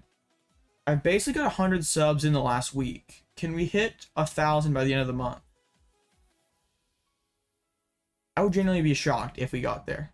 Because, yes, for sure, the WizCast Lugia would be top tier because they would have no idea what was happening. That's why I kind of want to bring it to League this weekend, because I know they're not going to know what the heck is going on. Of course, one of them... Yeah, I know. Since when okay, so 2 Thursdays ago, I streamed Obsidian Flames release day, and I was at like 776. So in a week and a half, I've gained, what, 130 subs? It's ridiculous. Like, I don't understand why. Well, I sort of understand why, because a lot of the big content creators are still in Japan or have just recently gotten back. So there's like the same amount of demand around a new set, but less supply. Yeah, basic economics here. Welcome to Blitzle's economic class. But yeah, so the views are way up. And yes, and also the streams really have seemed to help the sub count because people, I guess, are enjoying them and subscribing, which is pretty cool. So we're getting pretty close to getting into the big part of the YouTube partner program. Like, also, it's just crazy when I've like previously my like high of watch hours in one day was like 70 something, and I had a day last week where I had 150 watch hours in a single day. That was crazy because I had like a video that did really well, and I streamed for a while. Streams are just generally pretty cracked for your watch hours. Like, even if there's a few people lurking in chat, it's pretty good for your overall channel health. Okay, so both the Archeops are getting knocked out, but they did have to spend an energy recycler and a gate. So what I'm going to do is I'm just going to slam down Iono. Like to be able to evolve this Lugia. Then their play next turn will probably be... will probably be the Lost Mine and set these guys up for the Kyogre. I can just set up another Snorlax. Not saving the other therapeutic was kind of a poor choice, but it's okay. We'll just do this. I think I'm still okay knocking out no Cheren.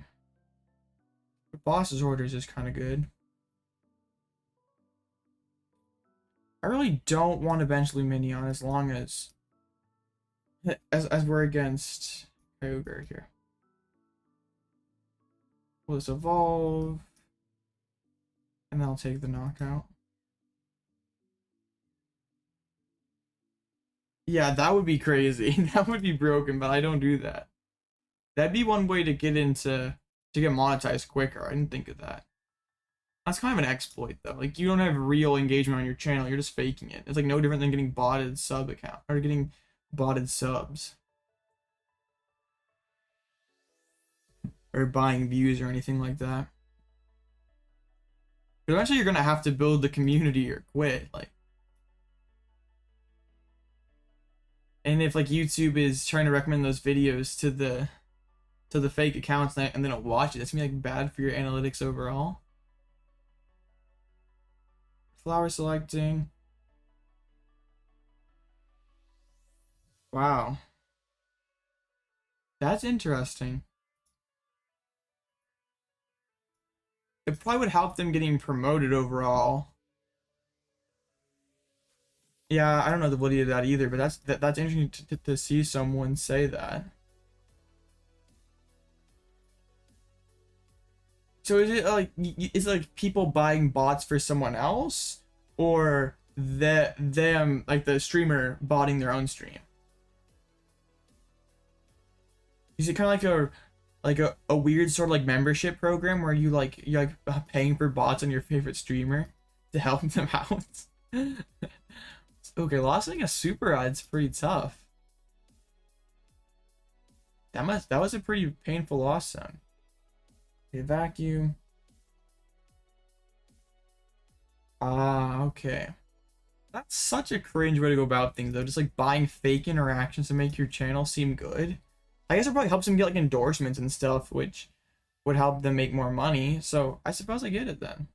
It makes sense. Yeah, ego, if you can brag about how many viewers you have on your current stream. But I feel like you could go to like a advertiser and be like, hey, look at the thousands of people I have in my chat. Want to buy an ad for my video? So there's a switch cart, and then Sableye gonna set up both these Lugias. This is kind of a yikes now. Alright. So they're gonna... I really would love to have Cheren this turn. We might just Gust to knock out Comfy and make it harder for them to get to the bottom of the deck as possible. 50k live viewers. Well, if the bots are watching the videos, that means they get ad revenue from those bots. That'd be kind of crazy. Yeah, I'm just gonna take this out. That's kind of messed up then. I don't know if that's how it works, but that's kind of crazy. So my opponent needs a lot to be able to win this turn, but they're definitely getting there. How many comfies is that? That's 3 down there. one lost one, so they probably can't flower selecting. But they're down double gates, a rod and a recycler, a water psychic. Let's see if they can get to Kyogre, or it's gonna be too much. I'd love just to be able to do Iono next turn and just like fully cripple them, like take away all their draw support and then put all the cards back into their deck. But botting is just like so scummy. But, like, I guess if like that's how, if that's where your value is, like if you get your value in life about having that number on screen of how many viewers you have, then yes, that's good for you. But that's a pretty sad life you're living. So there's the Kyogre. But will they be able? They can't get to 0 this turn. They have to like rod back in Radiant Greninja, or rod back in Comfy. Content creation is like such a weird space. It's like making money out of content creation. Definitely some crazy exploits people try to do. Alright, there's the Super Rod, but Super Rodding before the Recycler. Like, they're Super Rodding before they go for the big Kyogre play. It's gonna be hard for them to close this game then. Or maybe they're just gonna they can't Dragonite for them. No, they can. Maybe Dragonite for the knockout is their play then. Perhaps we should have. No, we definitely don't attack with Snorlax. There's water on Dragonite, so they're gonna try to okay, they're gonna Dragon Gale. Do we just win with Wyrdeer? 1, 2, 3, 4, 5, 7. Yeah, we just win with Wyrdeer. Oh, the Roxanne. Okay, we do have the gift pop. We should win with, if we can find it, Wyrdeer is game. Because that's 40, 80, 120, 160, 200, 260. So as long as we can find it, we have it. Assuming that they go the Dragonite route. Which, like, if they're just lost money, that seems like kind of an L. I guess they're pretty close to the bottom, but they couldn't get all 5 energies in deck. They would just be just a 5 with the Recycler, then Gate. Alright, that looks like the way that they're going to go. So as long as this Gift plus Serena can get us to Wyrdeer. Wait, we dumped Wyrdeer early, didn't we? Oh, that was last game. Phew. I was about to... We were about to rage over here. Okay. Please Gift Energy. That's not it yet. Oh, no. Okay. Dang, come on, please. Oh, let's go. Let's go. Wyrdeer about to do a ton of damage. And we have the Jet Energy, too. Alright. This is going to be some big damage. 1, 2, 3, 4. No. Why is this game weird? Alright. 5, 6, 20. And 360 damage for the win. Wait, what was that? That freaked me out like it's gonna pass my turn. Why is TCG Live so buggy like that? Alright, I'm liking the Wyrdeer. I'm definitely liking that a lot. Just having the potential for a higher damage cap is pretty good. Okay, so let's fix the record to 4-0. Is it possible to win a Sunday Games here tonight? We have to go 6-0. It's hard to win one of these, to win all 6 rounds. Because there's no top cuts. There's like no leeway. If you lose one round, you pretty much can't win. No, you definitely can't win unless there's like some freaky tie stuff.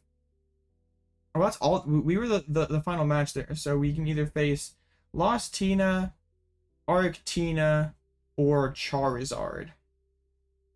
I think I'd probably least like to face the Arctina, and that's what we're facing this round. Darn it, Arctina. Okay, they're like the Leafeon V STAR instead of like the superior stuff. I just like don't really care for getting past a ton. Makes my early game a lot more scary. Okay, so let's Let's add that. And all right, let's. I'm pretty scared of this matchup with the Judge, the Iono, all 4 paths of the peaks. They have choice belts, so they even can one-shot a V-guarded Lugia. Oh man, so yeah, that's probably the matchup I would least like to face is an RC's path deck, or maybe like Miraidon. I think Miraidon going fast, one-shotting our stuff would be pretty nasty. But this, I'm at 8 friends online, and none of them are people. None of them are my opponent for this round. I wish the friends requested and accepting like system or screen was just faster.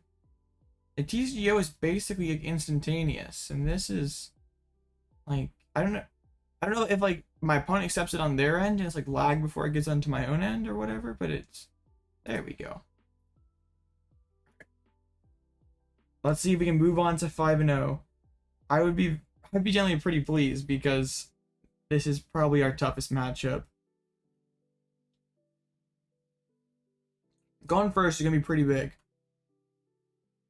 Wyrdeer is also gonna be pretty nice in this matchup to be able to one-shot those V-stars. Snorlax is okay to two-shot.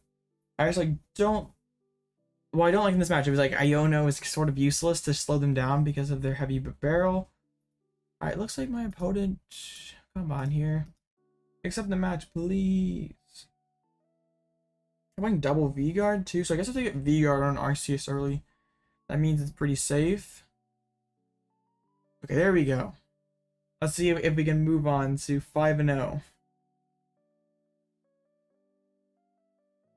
Calling heads, of course. Always call heads. Trust that Wooloo's gonna come through. Yes, let's go. Okay. Now we just need Lugia. And hopefully a way to discard some Archeops.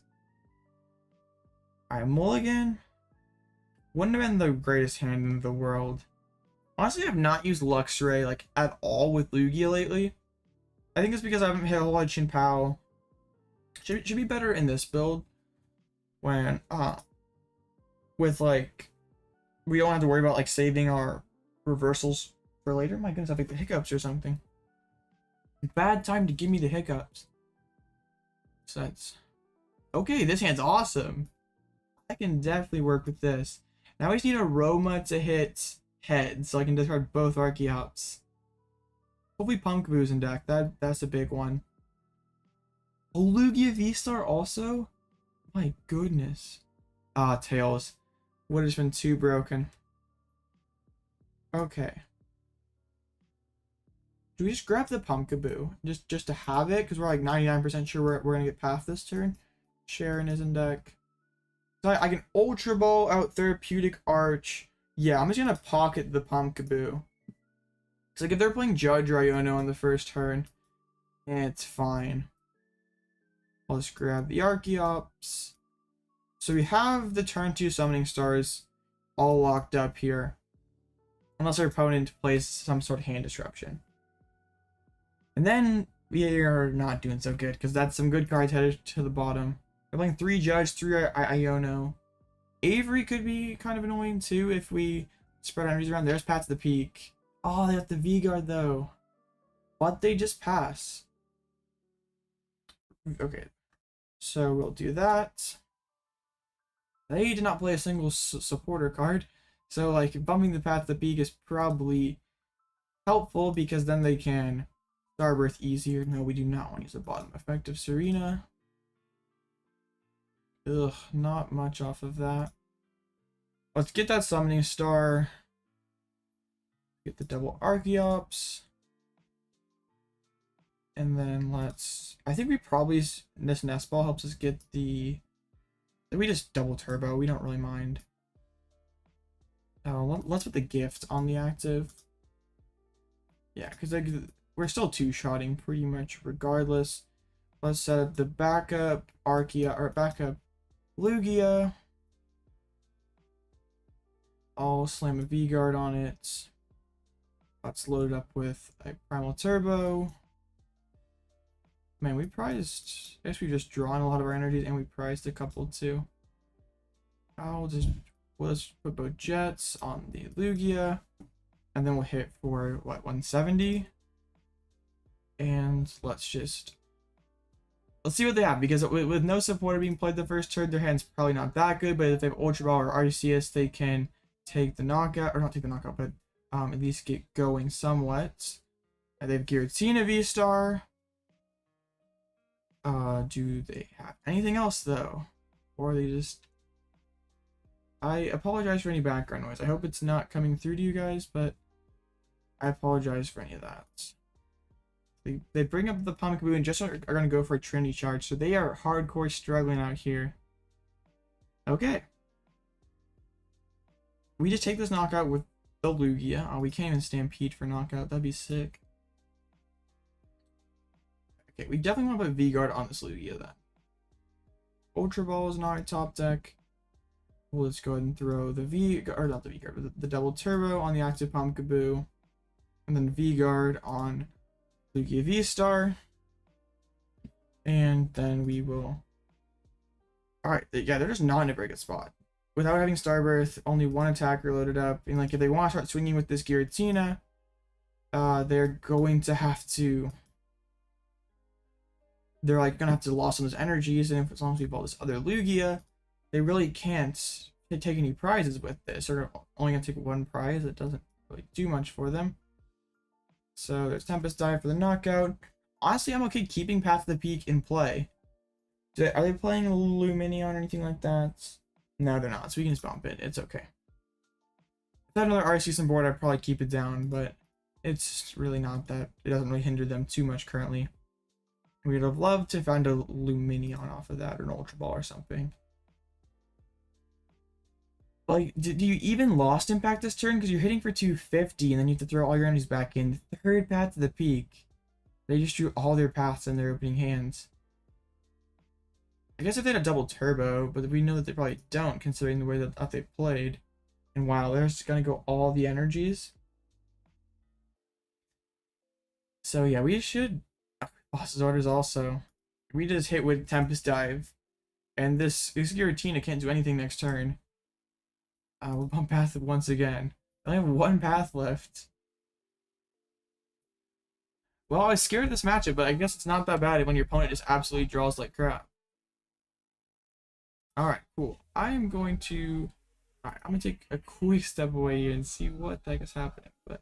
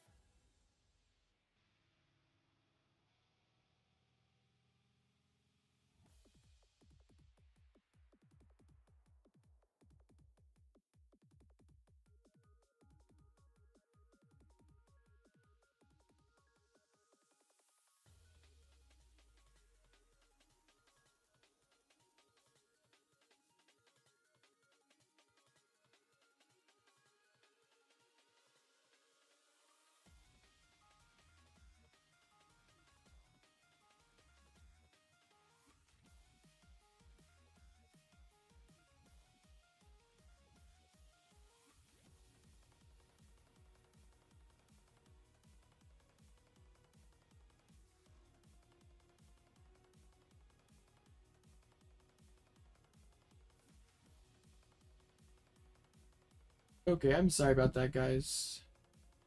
A little bit of a thing here, but we're back. Hopefully we can close out this tournament positively.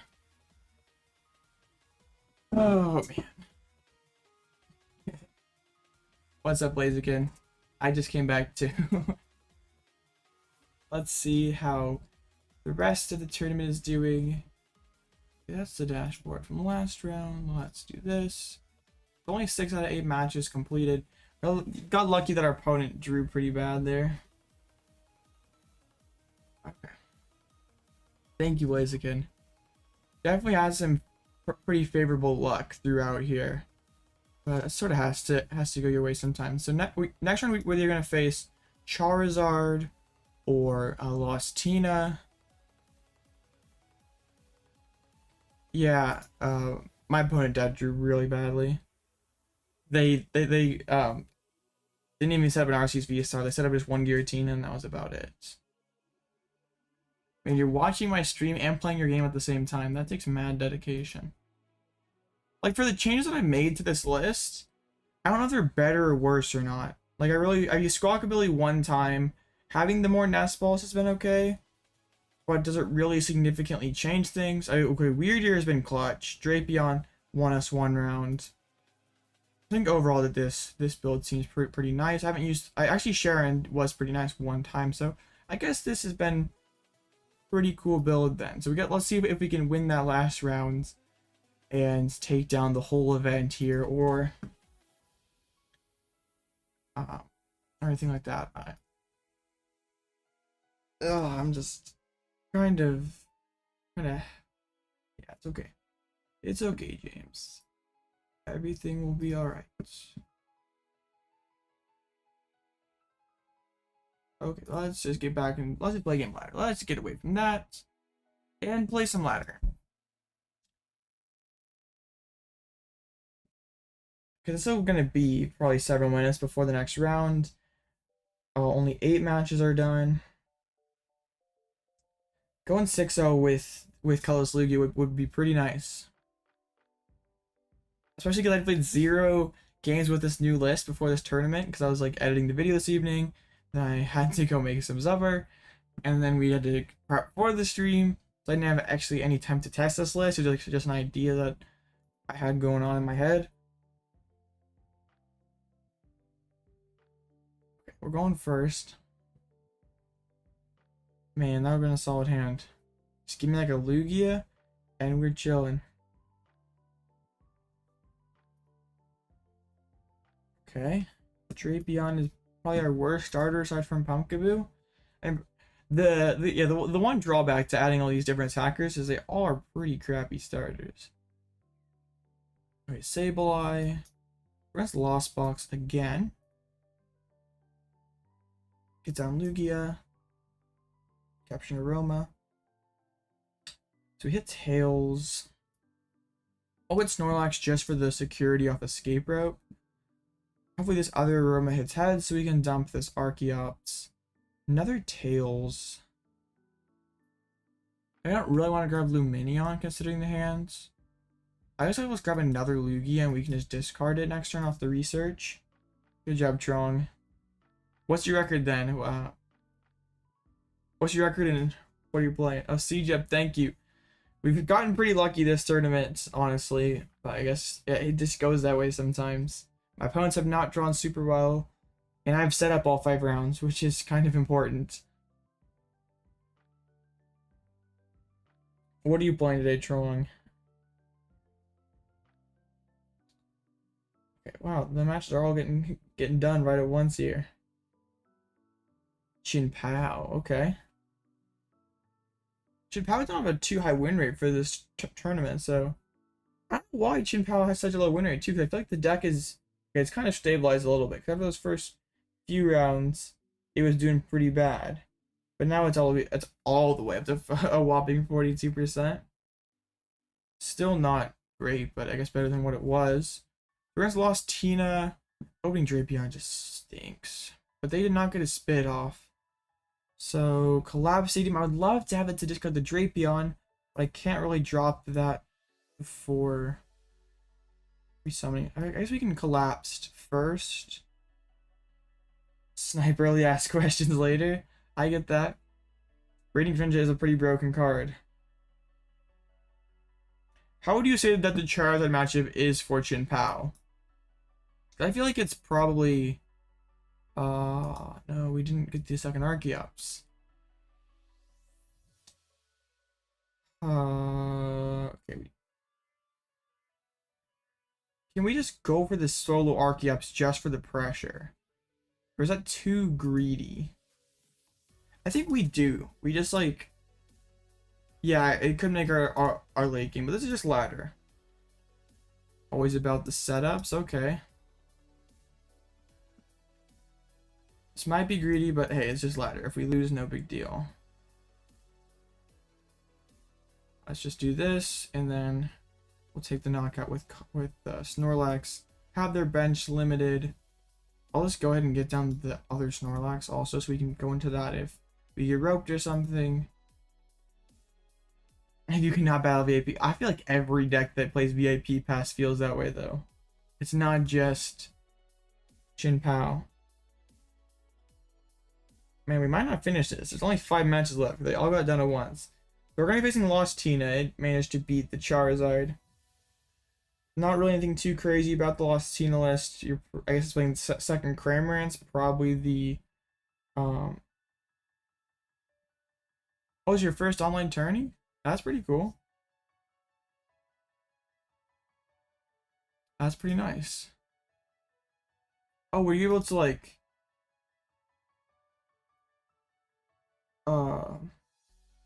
Wait, so did you get into the Sunny Games one, or are you... There was one later tonight. Because like after when I started the stream, this one had basically already started. So are you in the Sunny Games one or the Deck Out one? Oh, you're in the Deck Out Gaming one. Oh well, best of luck in that one, because I'm in the other one. That one. That one is a pretty nice one too. And if I did poorly in this first one, I was planning to drop and then play in that one. So we'll do that. Honestly, we'll just do that. I sort of don't want to collapse because I don't really need to. I'll put those two on my Lugia. Let's hit.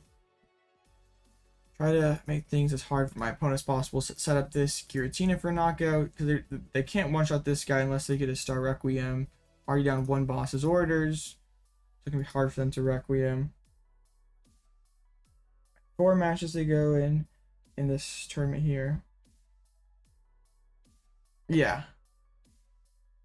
Yeah, there was one at, I don't know what time zone you're in, but there was one that was here at like 6 Eastern, and then the other one was at 8 Eastern time. So yeah, on Mondays there are 2, but on most nights there's only 1 that's worth doing. But there's like usually tournaments with, sometimes they don't have any sort of pricing, or other times they do pretty much every day of the week, which is pretty cool because yeah, you can always get some competitive Pokemon matches. So let's dump. Snorlax is just such an issue for Lost Tina. Yeah, I was planning on if that's the bigger one, but probably to stay up later. I don't really want to do that, but if we went poorly in this first one, I was gonna jump ship over to that one. And 20 people in chat. Absolutely insane.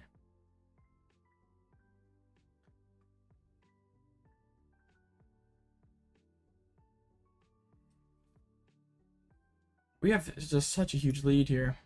Double grass, lost 70, and that's they retreat their other grass away here. Okay, they have the super auto. They just like shredding is so bad because I just knock out with Lugia. But using Lost Impact to KO Snorlax also is horrible. I don't know.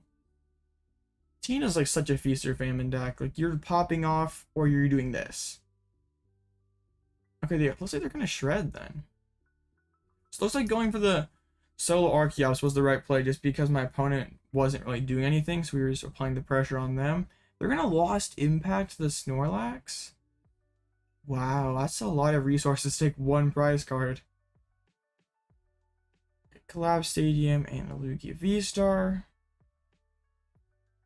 They benched their own Snorlax. Man, they would have liked to use that this turn instead of Lugia. Alright, they'll be able to just dump their water energies, but that means they don't have option like the Moonlight Shuriken into Lost Mine option in this game. 3 more match to go. Got a big hand refill. We probably just hit with Snorlax. Just keep being very annoying. Luxray isn't really worth anything. So Primal Turbo. I'll put the other gift on the active. I might just bench this backup. Honestly, do I need Lugia at this point? I think we could use one more attacker.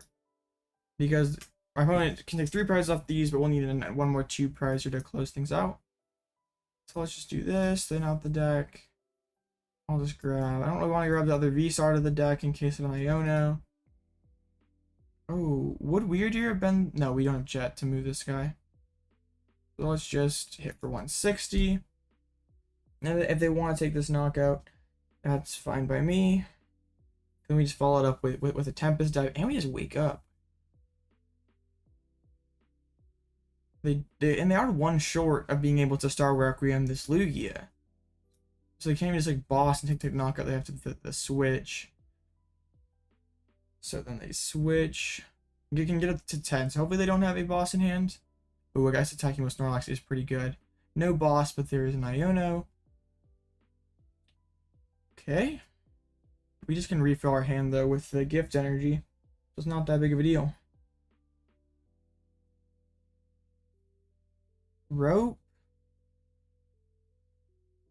Okay. I'm literally okay giving them Archeops. I've gotten pretty much all the energy I could possibly need out on the board. So if they want to go with Giratina, I guess maybe we could have baited them going into Giratina by promoting the Lugia. Probably would have been pretty worthwhile actually, now that I think about it. I think this is okay too. Probably should have gone into Lugia or Drapion though. So they lost another comfy. But they just pass. They don't even attack this turn. That's so bad for them. Alright, I'll evolve into Lugia V-Star. I'll just drop the Jet Energy and go into Snorlax. And we'll knock out the comfy. We get a heads. Let's just take somebody out of the deck. We still have Wyrdeer as like a potential one-shot option if they like a crazy Thornton play or something. We'll put the double turbo or the V-Guard energy on this guy. Yeah, we have all the energies in play that we need to take a Wyrdeer knockout then. Alright, this is Thumping Snore for the knockout. Still 1 match to go. I'm excited to see if we can get our first tournament win on stream. Alright, 18 out of 18 completed. Can we take this one down?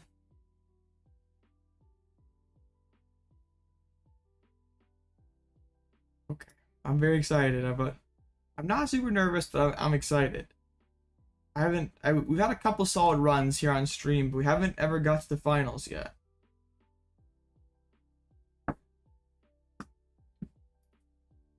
Okay. Here it is. Pairings are up. Lost Tina. We just beat that matchup just now. I'm feeling like we can do it. It's not that bad of a matchup for us. So the V-guarded Lugias are the way to go in the early game, and then Snorlax is to the mid to late game. Even Snorlax in the early game is pretty solid because I don't want to be spending lost impact energies to take 1 prize. And they're not playing a Snorlax, so they really cannot trade very effectively with my Snorlaxes. I wonder how much these characteristics are, because I might have to pick some of these up if I'm playing this deck IRL.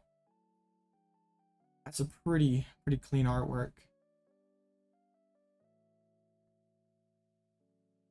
I voted? Go on. Oh, I don't want to wait. I just want to get into the action here. Oh man, TCG Live always got to be difficult right in the last round here. Got some more people getting online, but not the right ones.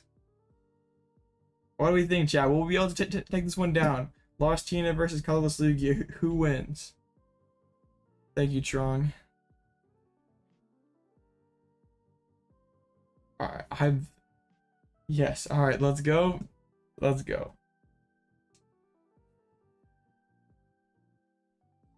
If we can beat Arc Tina, I feel okay against Lost Tina. Feel even better if you'd accept my friend request though. That'd be like really good. Not yet though. TCG Live is too hard. I don't know if it's like my opponent having an issue, if it's a live issue, all of the above. Live is frustrating. I'd say the overall tournament experience is a lot worse on live than it was on PCGO. Dang it. Come on, it's been like, what, 3 minutes since I paired the round? And my opponent's checked in. They're just like, not accepted the friend request, haven't said anything in Limitless chat. I don't really know what's going on. But still, it's... I'm just gonna sit on the home screen until it lights up blue, I guess. Have any of you people in chat had this same issue? Or is it just me? It's so frustrating. Oh man. Of course I gotta sneeze. Maybe it's just Yusuf. Dang. It's very frustrating. Like, there we go. Like sometimes it's an issue, sometimes it's not. So I wonder if it's on my opponent's end, it's on my end. I don't really know. But here we go. For the championship here. There is 3 paths to the peaks in our opponent's list. So that's really the way that they can significantly slow us down. So if they drop path on the first turn, and we really... And it prevents us from any of that turn 2 summoning starts. But like also I send the match over and like they don't accept it right away. So kind of frustrating. I don't know if my opponent is just like trying to reset or something, or if my game is just slow, or their game is just slow. Like I just never had these issues on PCGO. And they're very common here now. It's just super annoying when you're trying to stream gameplay and the game is not very just like there's all this silly downtime and stuff. Oh, okay. Alright, I got you. If it wins, what do we rename the deck? Because I think if it goes 6-0, it's probably better than mid. But I think it's up to you, chat. Your friends' issues most tournaments. Okay. I guess that's like sort of reassuring for me. It just like, it sucks that that's a common issue. No one wants to be my friend. Story of my life. Just kidding, of course. Maybe they're going to go up against me and like I don't want to be friends with that Alloutblitzle guy. I'm out of here. Pretty okay hand. I guess if I want paths, we probably save an Ultra Ball for that. Hoping that this Aroma hits heads. I say that like every single game, pretty much. Aroma sucks. Yeah. I feel that. It's annoying. Okay.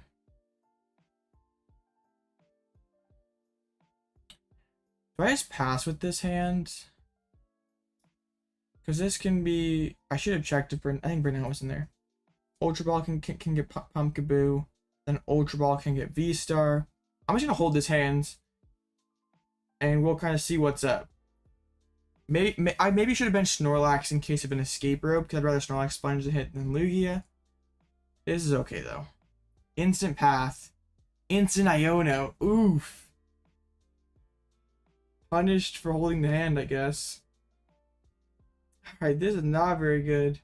I could have gone for a Squawkabilly play. Probably would have been the way to go, actually, to get them all in the discard pile, because this is very bad. Luckily, my opponent is really not... No battle VIP passes yet. Not a ton going on. Oh, Cramorant getting lost zoned? I guess they are playing 2. I might have screwed that opening hand up, though. I think an Abyss Seeking off. That'll be very nice for them. Looks like no Abyss Seeking. So only 2 into the Lost Zone. And they're not playing Lost Vacuum. So it will be tough for them to get the turn 2 Lost Impact. They Lost Zone the VIP pass. And pass it on over to us.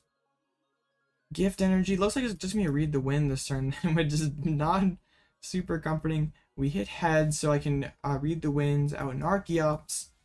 We're sort of at the mercy, though, of our opponent not having the guarantee of V-Star, plus they still need 5 in the Lost Zone. And that's going to be very hard for them to get to. But it's an option. It's possible. Like, at least they just totally didn't pop off on the first turn, only 4 in hands. I definitely should have gone for the Squawkabilly play, though. I forgot about that. Yeah, Lugia in its prime was scary. That was one of the best decks of all time. And I think it's Lugia VSTAR might have the most CP of any deck all time. And most prize money won. It's won a lot of people a lot of money. My opponent's got nothing going on. So I don't really want to play Iono. But I sort of have to set up 2. Maybe I just attach it to Tina Pass, but that seems kind of too slow. Dang.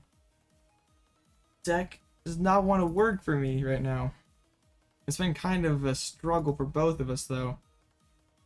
Lost setting the Radiant Greninja and the Mirage Gate is not good for them. Like they were drawing objectively good cards. Just like not the ones that they wanted in that moment. Best of luck, Trong. Charizard is a fine matchup, I think, for Chimpao. Flower selecting. They've had they get the second battle VIP pass in there. Path to the Peak is definitely doing a number on an early game, though. Spent so many switches, like they haven't been able to use their jet energies. Oh, okay, they're going for that, yeah. And spreading the energies around.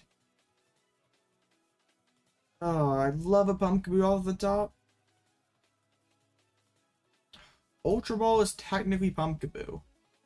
Also, it's technically Arc V-Star. I think that's what I want more. I don't want to Iono them. We get the Arc V-Star for now. I'll put Double Turbo on the active for the pivot. We might just be retreating to Snorlax and passing, depending on what... We need like Ultra Ball and an Archeops in this hand. Close, but not quite. Heads.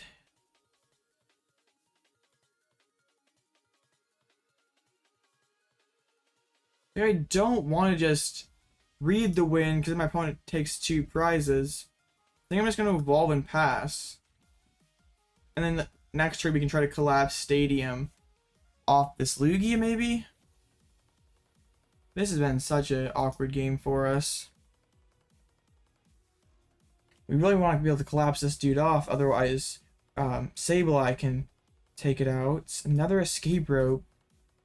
My opponent's used so many switches. That might be all of them, honestly. 3 ropes, 2 carts. So they just have 1 cart left in all 4 jet energies. I'm playing in the Sunny Games tournament. This is the final round. And I'm playing just classic colorless Lugia with not a whole lot of Muselgor. No. That's all their switching cards. They literally have no pivots left aside from jets. I think it's crazy they're down to 19 cards and have not played a Chorus yet. And still have not played Chorus. Therapeutic is nice. I can finally summon my summoning stars next turn. Hit turn 5 summoning stars. How we all drew it up, right, chat? Okay, let's... They're probably gonna try to like either just shred and knock out Snorlax, which I'm totally okay if they want to try to do that. or just we'll put the reversal on, or just gust around it. Let's Ultra Ball and dump Archeops and Lugia. I'll just grab the other Snorlax. I don't really need Pumpkaboo. Whiscash, I'm just trying something new tonight. Trying to be more consistent, and I just trying some different other attacking options instead of Whiscash. Whiscash is a ton of fun. I'm just like trying to evaluate if is it worth some, like, it's something I'd ever bring to an actual in-person tournament. And considering this deck's performance today, it's probably better than Whiscash. It is not as funny, it doesn't make quite as good content, but it wins more. Whiscash is I think it's just still viable. If you told me that you were gonna take Whiscash to a tournament, I would be okay with it. There's a Jet Energy. It's kind of crazy though that like that's where they're at. I can't believe they're down to 14 cards in deck. Not a single Chorus yet. Jet getting lost zone's tough. Man, my opponent is gonna have such a hard time pivoting now. They're just gonna cram spit. Wow. This has been a very odd game. Like, I can't believe you've gotten that low in the deck and not played a Chorus. I wouldn't say obviously, but yeah, it's better. Like Wyrdeer and Drapion, I think are just like valuable. Very valuable. I guess I'll bench the backup Snorlax. Yo, do I just jet into the other Snorlax and just like deny prizes? That's kind of cracked. I guess we just do that, huh? Yeah, I'll just jet into Lax. Because like they can't lost mine to clear these guys out.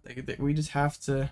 They have to take them out with like a cram or the Giratina, and they lost on one cram earlier. And didn't they lost on a boss as well? Okay, it's not a Lugia. We don't really care. Come on. Nope, no boss lost. And there's one gate. The other cram. Okay, they played one boss. That's what I was thinking of. I knew one boss had been already accounted for. They have to shred. That's so bad for them. They play 3 boss. That's pretty crazy. Sableye. Their second Iono. Still no chorus yet. 10-card deck. 8-card deck and no chorus. Oh, Collapse is pretty good. We can collapse off this Lugia. Okay, are they just gonna... They're gonna shred. We take this trade any day. Do I really need to collapse this guy then? Because he is an okay attacker. I think we only collapsed if he pings it up with his Sableye. Because I just go into this guy and take the knockout with... Okay, VSTAR the bench, dude. Now, Drapion's not just for Mew. And I wouldn't say Mew is not trash. Drapion's good to be able to one-shot Guardies. It gets a lot of mileage. Wait, what? Lost Impact? That's even worse for them, I think. I don't think that's so bad. You've already spent 3 gates. Oh my goodness. I just promote the other Lax. Like, what do you do about that, buddy? You gust around it, but that's fine. I'm okay with it. Unfortunately, we don't have any other single prizes to put on the board. I feel like we just kind of hit.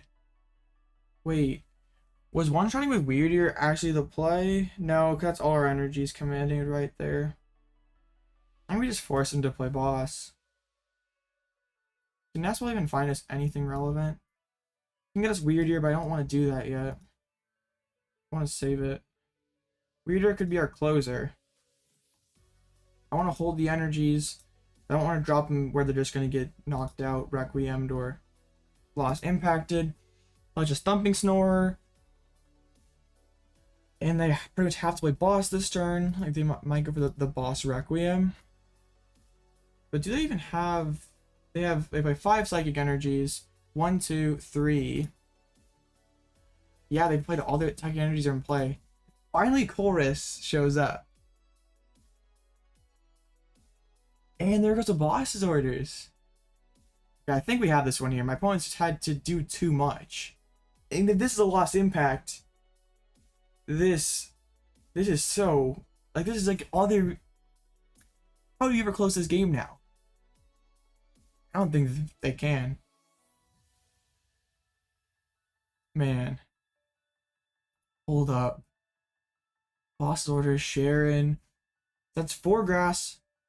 So you have 4 grass total. Promote first. Be that way. Okay, 1, 2, 3 grass. 4th one is somewhere.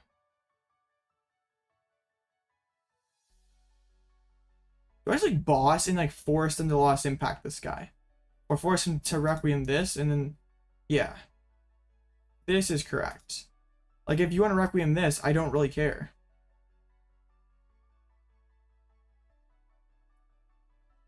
Boss. Collapsed Stadium we'll just hold on to.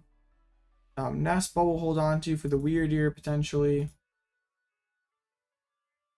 Or we just like put Wyrdeer on the board. Nah, I don't think we do. Well, let's Tempest Dive for the knockout. I'll bump past the peak. Alright. Let's see what our opponent can come up with. They have one boss's orders left. And most of their energy is gone. Like if they play boss's orders, they Requiem this, then we just like start swinging with Archeops and they really can't afford to lost impact that chorus for just one card. That's funny. Yeah, they did they probably have multiple chorus prize considering how unfortunate their early game was. Like what do you even do though? I guess you have to, if you Requiem, then I bring up this guy that you can't really deal with. And if you lost impact, you're just simply out of energies. Sableye, Manaphy, just clearing everybody out. Mirage Gates. Do we have enough energies to win with Wyrdeer? Probably only if we can find a jet. We use a lot on those Snorlaxes. Only one card left in deck. Okay. Do we have a we discarded Serena earlier, right? Or do we just Iono it back into the deck? Yeah, we have one boss somewhere. We just gotta find it. Oh, thank you. Alright. See a Squawk and Luxray. I'll just go ahead and grab Wyrdeer. Okay, like low key, can I win this turn if I like put the 200 on the Wyrdeer and then jet? That'd be 60, 100, 140. No, not quite. I definitely do not bench it because then that gives them a path to victory. I will hold on to the jet energy. Yeah, we'll hold on to the... That doesn't really matter considering what we have in play. And I'll thin the Nest Ball. I think we even can thin Collapsed Stadium. I don't think Collapsed Stadium really matters. They can discard Manaphy. And then we just Tempest Dive. We got game in hands. Lumineon's also floating around there somewhere. We'll just keep them bench locked. And then they're decked out once again. They have to, I guess they don't have any Ionas left, correct? I think they only played 2. Yeah, they only played 2, so we should have this game in hands here. No PAL pad or anything like that. So yeah, I think we're going to be able to take this one. A very wild game because we both set up super slowly and basically had not a lot going on for like the first 5 turns. They weren't able to deal with Snorlax as efficiently at all, which is like sort of what the Giratina deck's biggest issue is. Unless they're playing their own Snorlax, it's a huge headache to get through. The plot armor's been pretty solid for today. I've had some pretty solid luck. I'm not gonna lie. 6-0, let's go. Well, that's my first ever tournament on stream, so that's pretty special. Man, that's pretty awesome. Well, Thank you guys for everyone, all 20 of you who are here right now. Leave a like for that. Come on. I don't ask for much. There we go. 6-0. Pretty awesome. I've won one of these before, but I never since I started streaming, I have not won a tournament, so that's pretty cool. There we go. All right, let's switch over to the other screen then. Okay. There. I guess my face probably blocks it. My face is probably blocking it. Thank you, Rubik.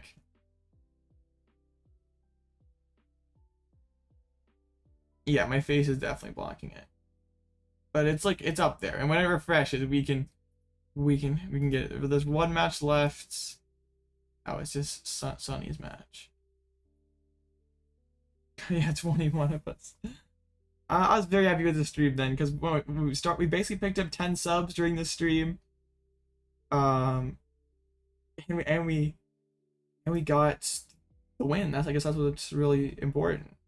So yeah, let's get the whole list of Lugia pulled up here then. Is this, I don't know if it's like how bad this looks.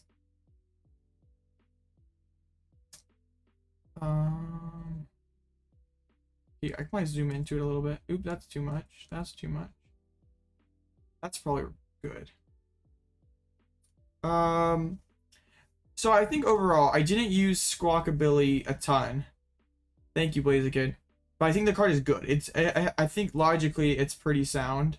Let me zoom out one more.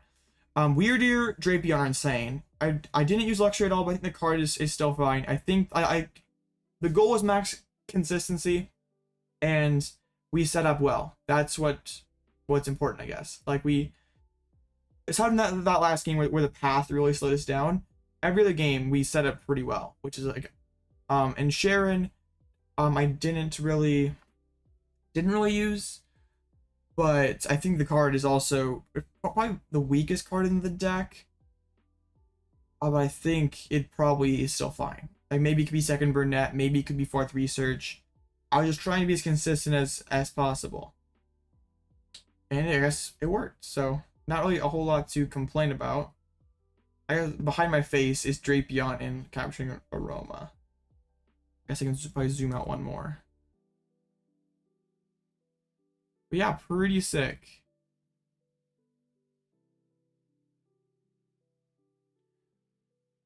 Yeah, that was pretty awesome run.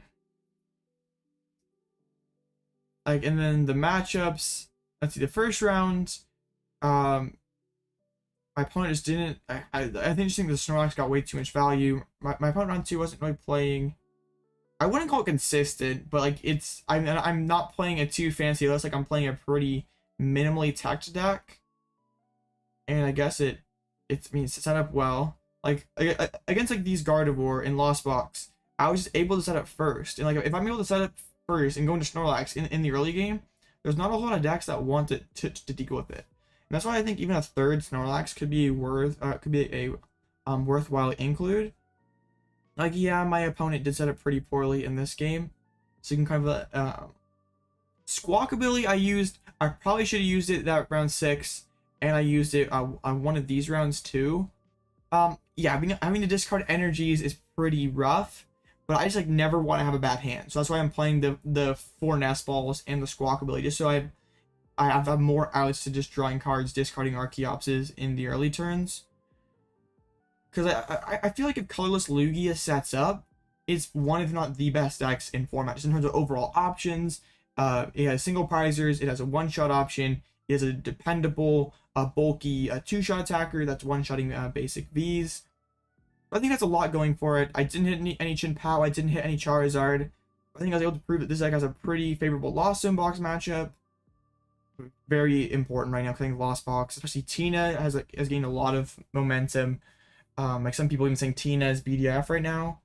I think Drapion is.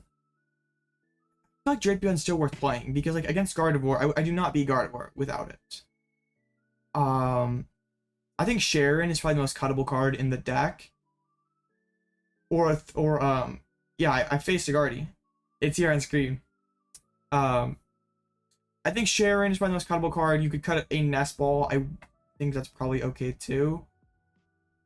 But overall, I think the deck is it's pretty solid.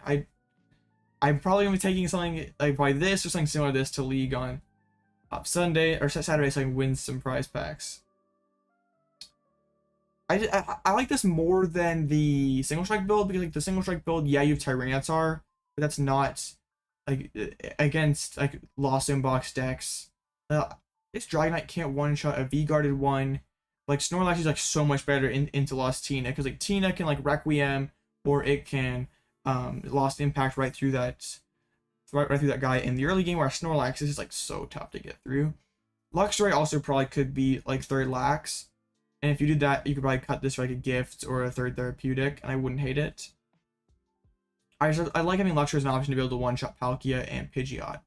And you even probably could cut Serena for bosses or for a third boss. I just want to be able to... I want to be able to have as many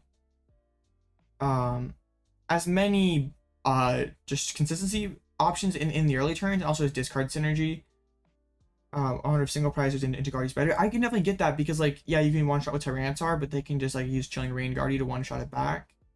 Like they like if they're just like trading Chilling Rain Guardian into Snorlax, that's kind of okay. But honestly, I might mess around with cutting Luxray for third Snorlax and taking out the reversal for another one of these special energies and see how I like it. Because like Luxray also can just be like basically a third Snorlax in some spots. It also has upside of being able to one-shot Pidgeot and Palkia, and being great in the mirror match. Not that the mirror is too prevalent right now, but I think Pumpkaboo is a must-have because of all the past the peak decks that are running right now. Definitely did not miss Mesa Goes. I would definitely be okay bumping up to third Collapsed if you wanted to, but I think Pumpkaboo is a must, because just having Ball Search for a Stadium counter is pretty good. All right, there we go. 6-0. It's official. Awesome. Good job, Trong. Well, I think that's Cynthia's Ambition. I think Cynthia's too weak in the early turns. Also, Serena can be a Gust card in the late game. Yeah, they're basically like Serena also has the discard synergy though. And also, like, with a deck like this, you can't really find it when you need it. You have to like, drop a Lumineon for that. It's not like you have Pidgeot or Starburst or something to be able to find it reliably. I think Cynthia is probably an underutilized card. Like, it probably could and should be in more decks right now. Like, I think it's a nice include in Shin Pao Pidgeot. I don't think it's consistent enough in Lugia in the early turns. Well, thank you, Rubik. Thank you for all of you who showed up, who are still here. And I think I'm gonna wrap up stream for now. Join the Discord. I'll be giving away some codes this evening. I'm gonna have the community tab post for the 900 and have to post this deck list. So huge shout out to all you guys who hung out today, who subbed, who liked. I greatly appreciate you guys so much, and I'm gonna keep doing this every day I can. I might be. Let's just run this back tomorrow at late night. Let's see if we can get 2 tournament dubs in a row. But I appreciate you guys, and I'll catch you in the next one.